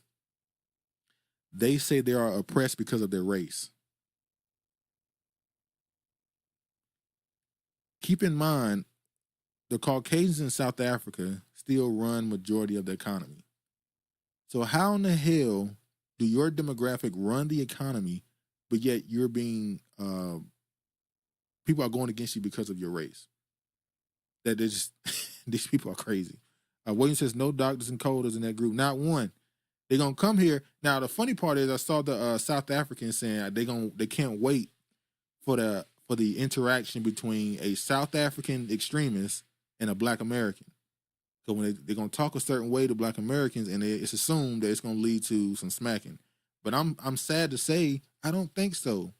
Niggas in America now, when these other races talk crazy to them and disrespect them, they bring their phone out and record it. They don't just smack people up and move on with their day no more. Unfortunately, just like I got mad at the white people during the pandemic because I assumed there's no way these white people are going to allow them to shut this country down. They're going to set this thing on fire. And they didn't. They capitulated. They went along with it. They just cried when they whined and cried while they did it. I was like, damn, white people shocked me with what they didn't do. I'm also disappointed with Negroes allowing these other races to disrespect them and be racist or whatever towards them in public and doing nothing, recording it and telling the internet to do something to them, to report them to the police, get them fired from their job. So I don't think you're gonna see too many videos of Black Americans smacking them up. Honorable says, is Trump going to give them houses, cars, jobs, 10K and EBT SNAP like they did with the Latinx people last summer? Maybe. I'm pretty sure you're gonna give them somewhere to live. Brings her white fragility is so tiring. Jen says, oh, figuratively versus literally, he looks just like the okay. Craig says, so this is their apartheid. Yeah. William, they thought they'd be insulated from the crime because they're white. Well, they're trying to paint it as they're the ones that got crime against them, even though the people that's suffering the most is the obvious. We don't got to say, we know. The new arrivals of Afrikaners, the white ethnic minority that ruled South Africa during the apartheid, they still do. What do you mean? Financially, they still do. American officials welcomed a group of 59 white South Africans at Washington, and I feel like they chose these 59 because this is just theater. There's no real thing here. Trump did this to do something nice for Elon. It's not, they're making it a big deal, but it's not really a big deal. Unless you're just somebody who don't want it. You can't speak against immigrants and then bring in immigrants or call them refugees. Even though Trump didn't do it, but they did the same thing with the Ukraine. They did the same thing with the not Iran. It's not Iraq. What's the other one? We got the damn country. Shouts out to Ibrahim. Oh yeah, they after him. Well, he says the Charlie Theron people. Yeah. And we see what he's doing to some young Black boys, but let me show this.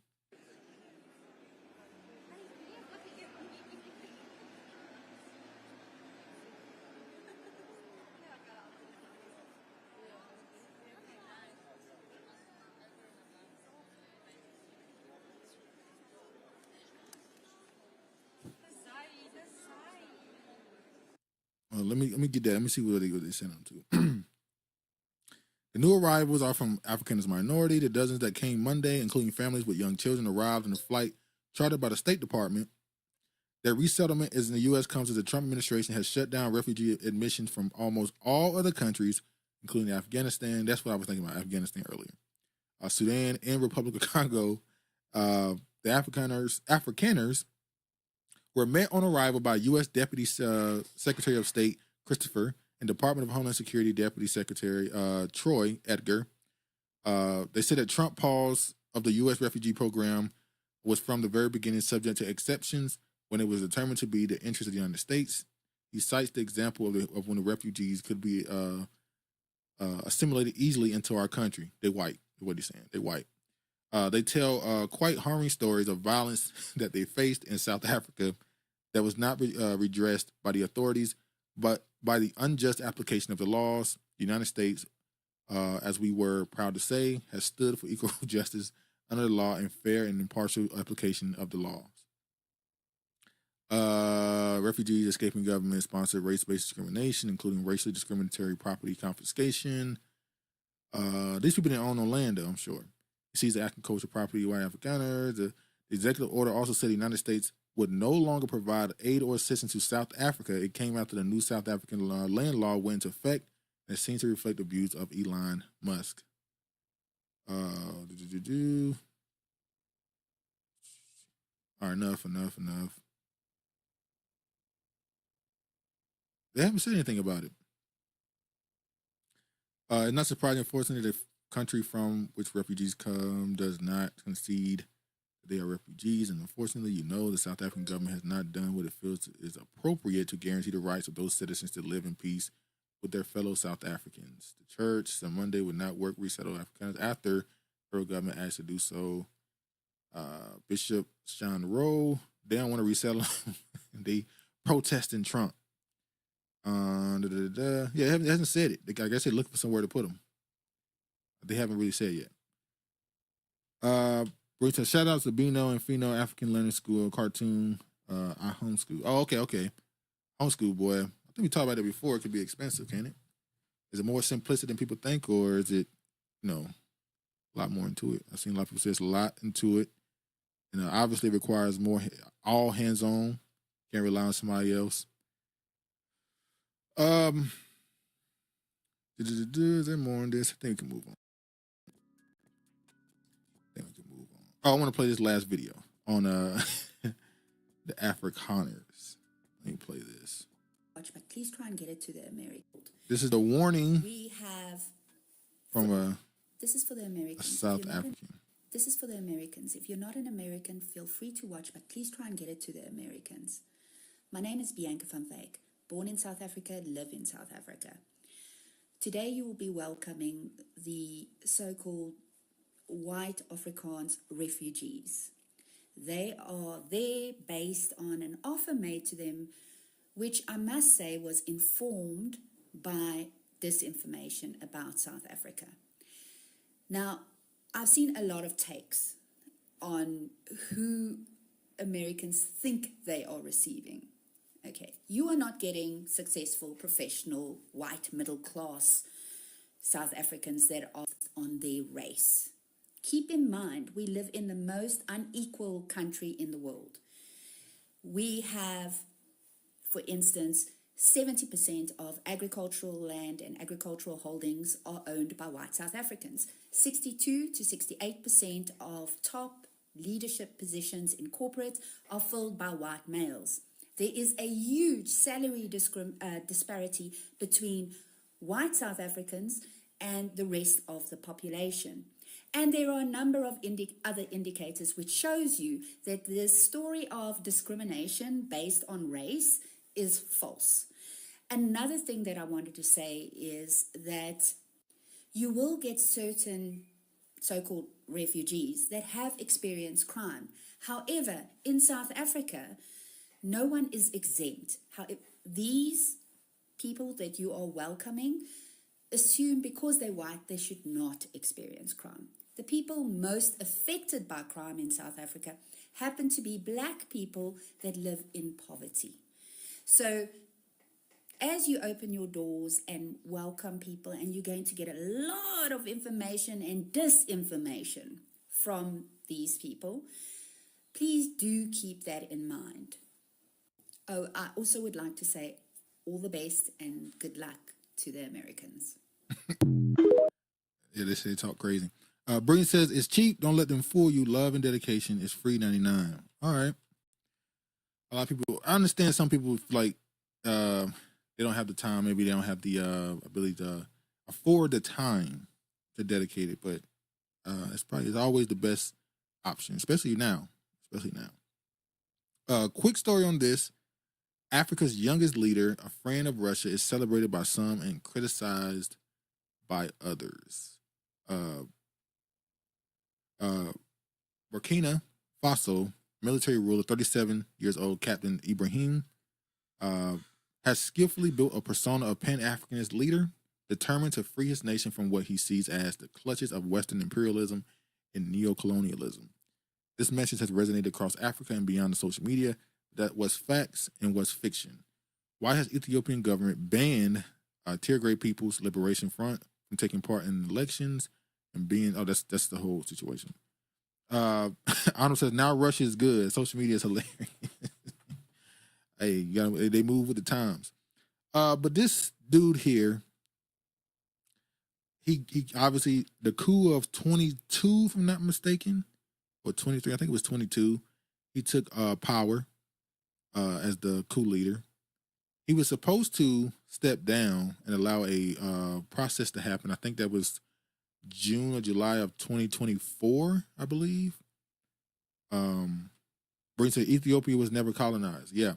But it did have some, I don't know what you want to call it, with the, was it the Italians? They had some shared, they ended up sharing some culture with them, if I'm not mistaken. They didn't get colonized though. But yeah.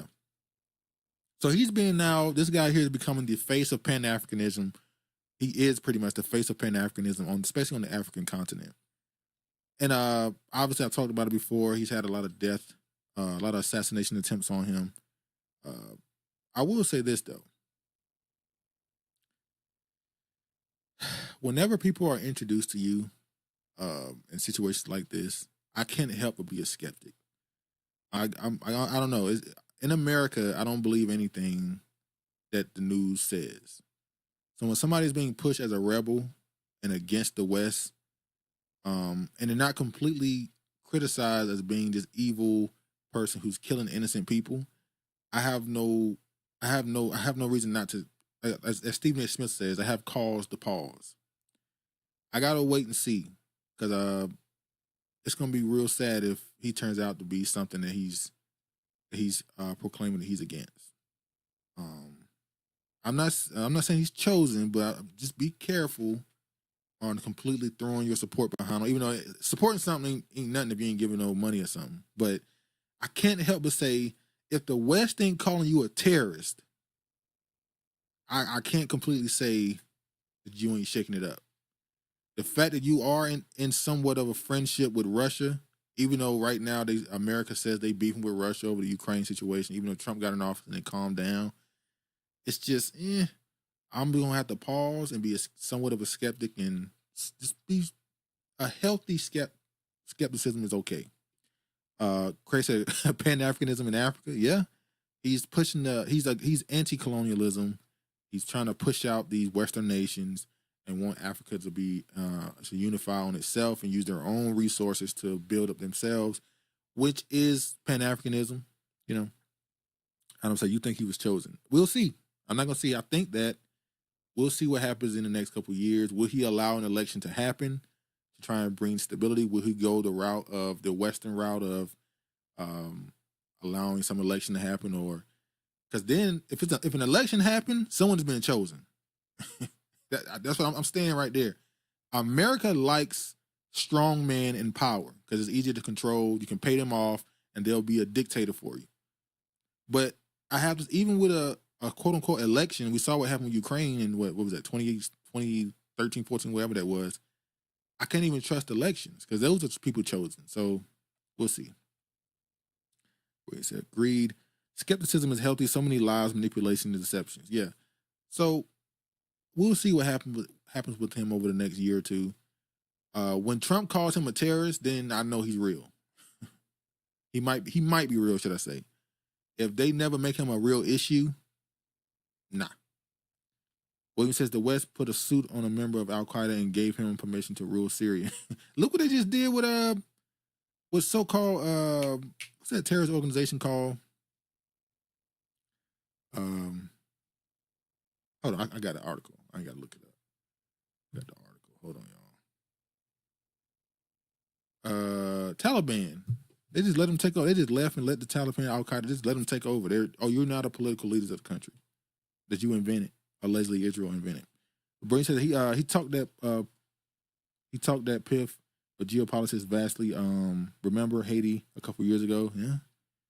Honorable, if he can call all the Africans to return home, is the only way I support him. All right. We'll see what happens with Mr. Ibrahim. I saw this article too, Mark Gordon. Nigeria's secret police clamps down on rally for Burkina Faso Ibrahim, I can't say that last name, so I'm gonna say his first name, Ibrahim arrest organizer. So there's a lot of support on the continent for him, especially amongst the youth. And they're trying to shut down these protests in support of him, the organizers and stuff.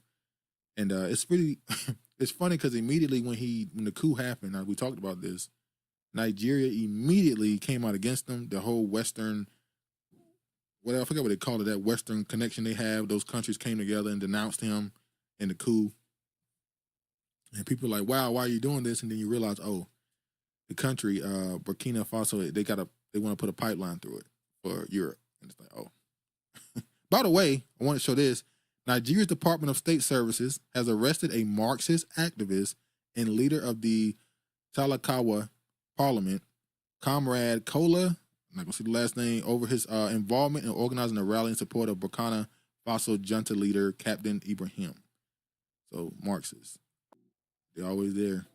They're the real revolutionaries of our movements. Even in Nigeria, when I found out that Black Lives Matter had a recreation in Nigeria where they didn't ask for money, they asked for Bitcoin. They came up big and dipped, and it was women. Trump cuts ties with Netanyahu amid deepening rift over Middle East strategy. Israeli army radio reports that Trump allies told Israeli Minister Ron Dermer, the former U.S. president, will move forward on regional plans without coordinating with Netanyahu, accusing him of manipulation. Trump is shaking up the U.S.-Israel relations in a way no one has in decades. The president cast himself as Israel's law's greatest offender while cutting deals with his greatest enemies. Trump. Well, because Trump sees himself as a businessman first, he's willing to work with Saudi Arabia and all these other Middle East countries. And Israel wants to be, like, I don't mean to make this reference. Israel wants to be the only Cassie. She wants to be the only one. They want to be the only one. The second America starts getting a foothold in a relationship with Afghanistan and Iran, will be the worst thing to happen for Israel. Then Israel lose influence, which means the whole world will shift on them the second America don't back them. The second America is willing to stand against Israel in any matter, the entire world will immediately turn on them, and that Palestine-Israel thing will get solved real quick. Brilliant said, if you listen to Bino and Fino, you know all African countries. Anonymous says, if Trump wants to go down in history, he will end the U.S.-Israel parasitic relationship. Hold on. Brilliant, who is Bino and Fino?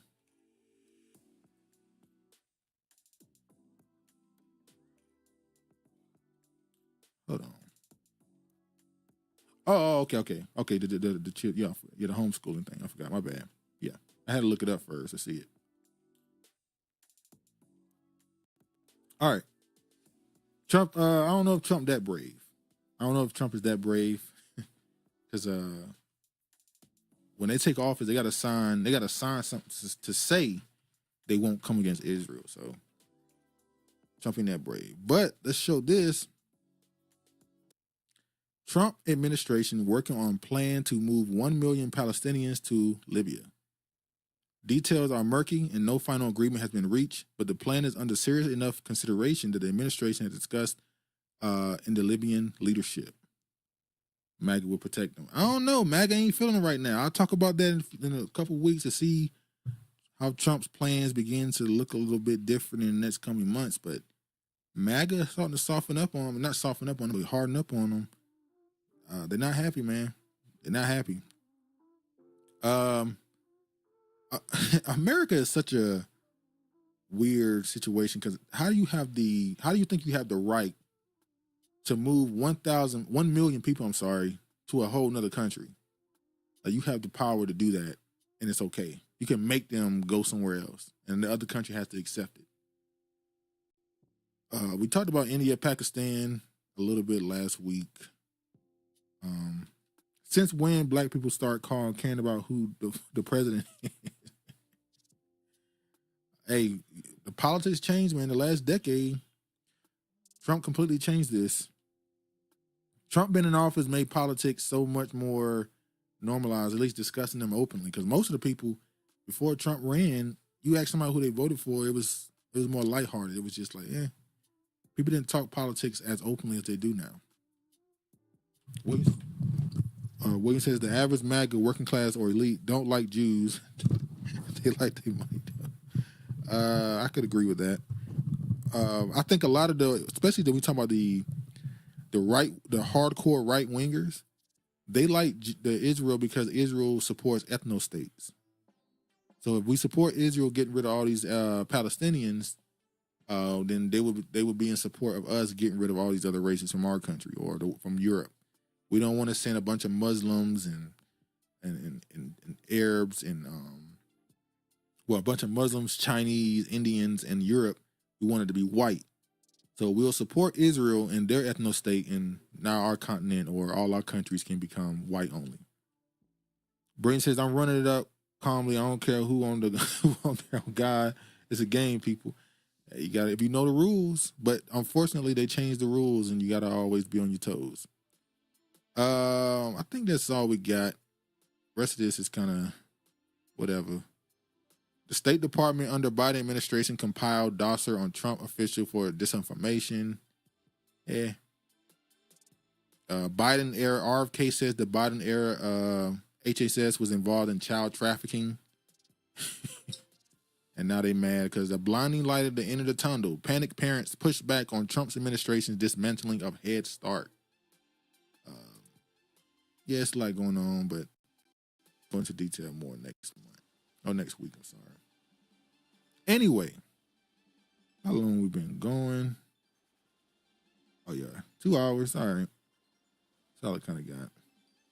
Chris says more disinformation talk. Well, no, they're saying that the Biden administration had entire dossiers on people saying the disinformation that they promoted, and that they are giving them the option to release it now. If Biden and them had a file on you, if you want to, you can release it to expose them for keeping track of people and all that other stuff. If you don't have numbers, you're geeking. People, as like I said, the game changes. You got a rule change. You got to keep up with it.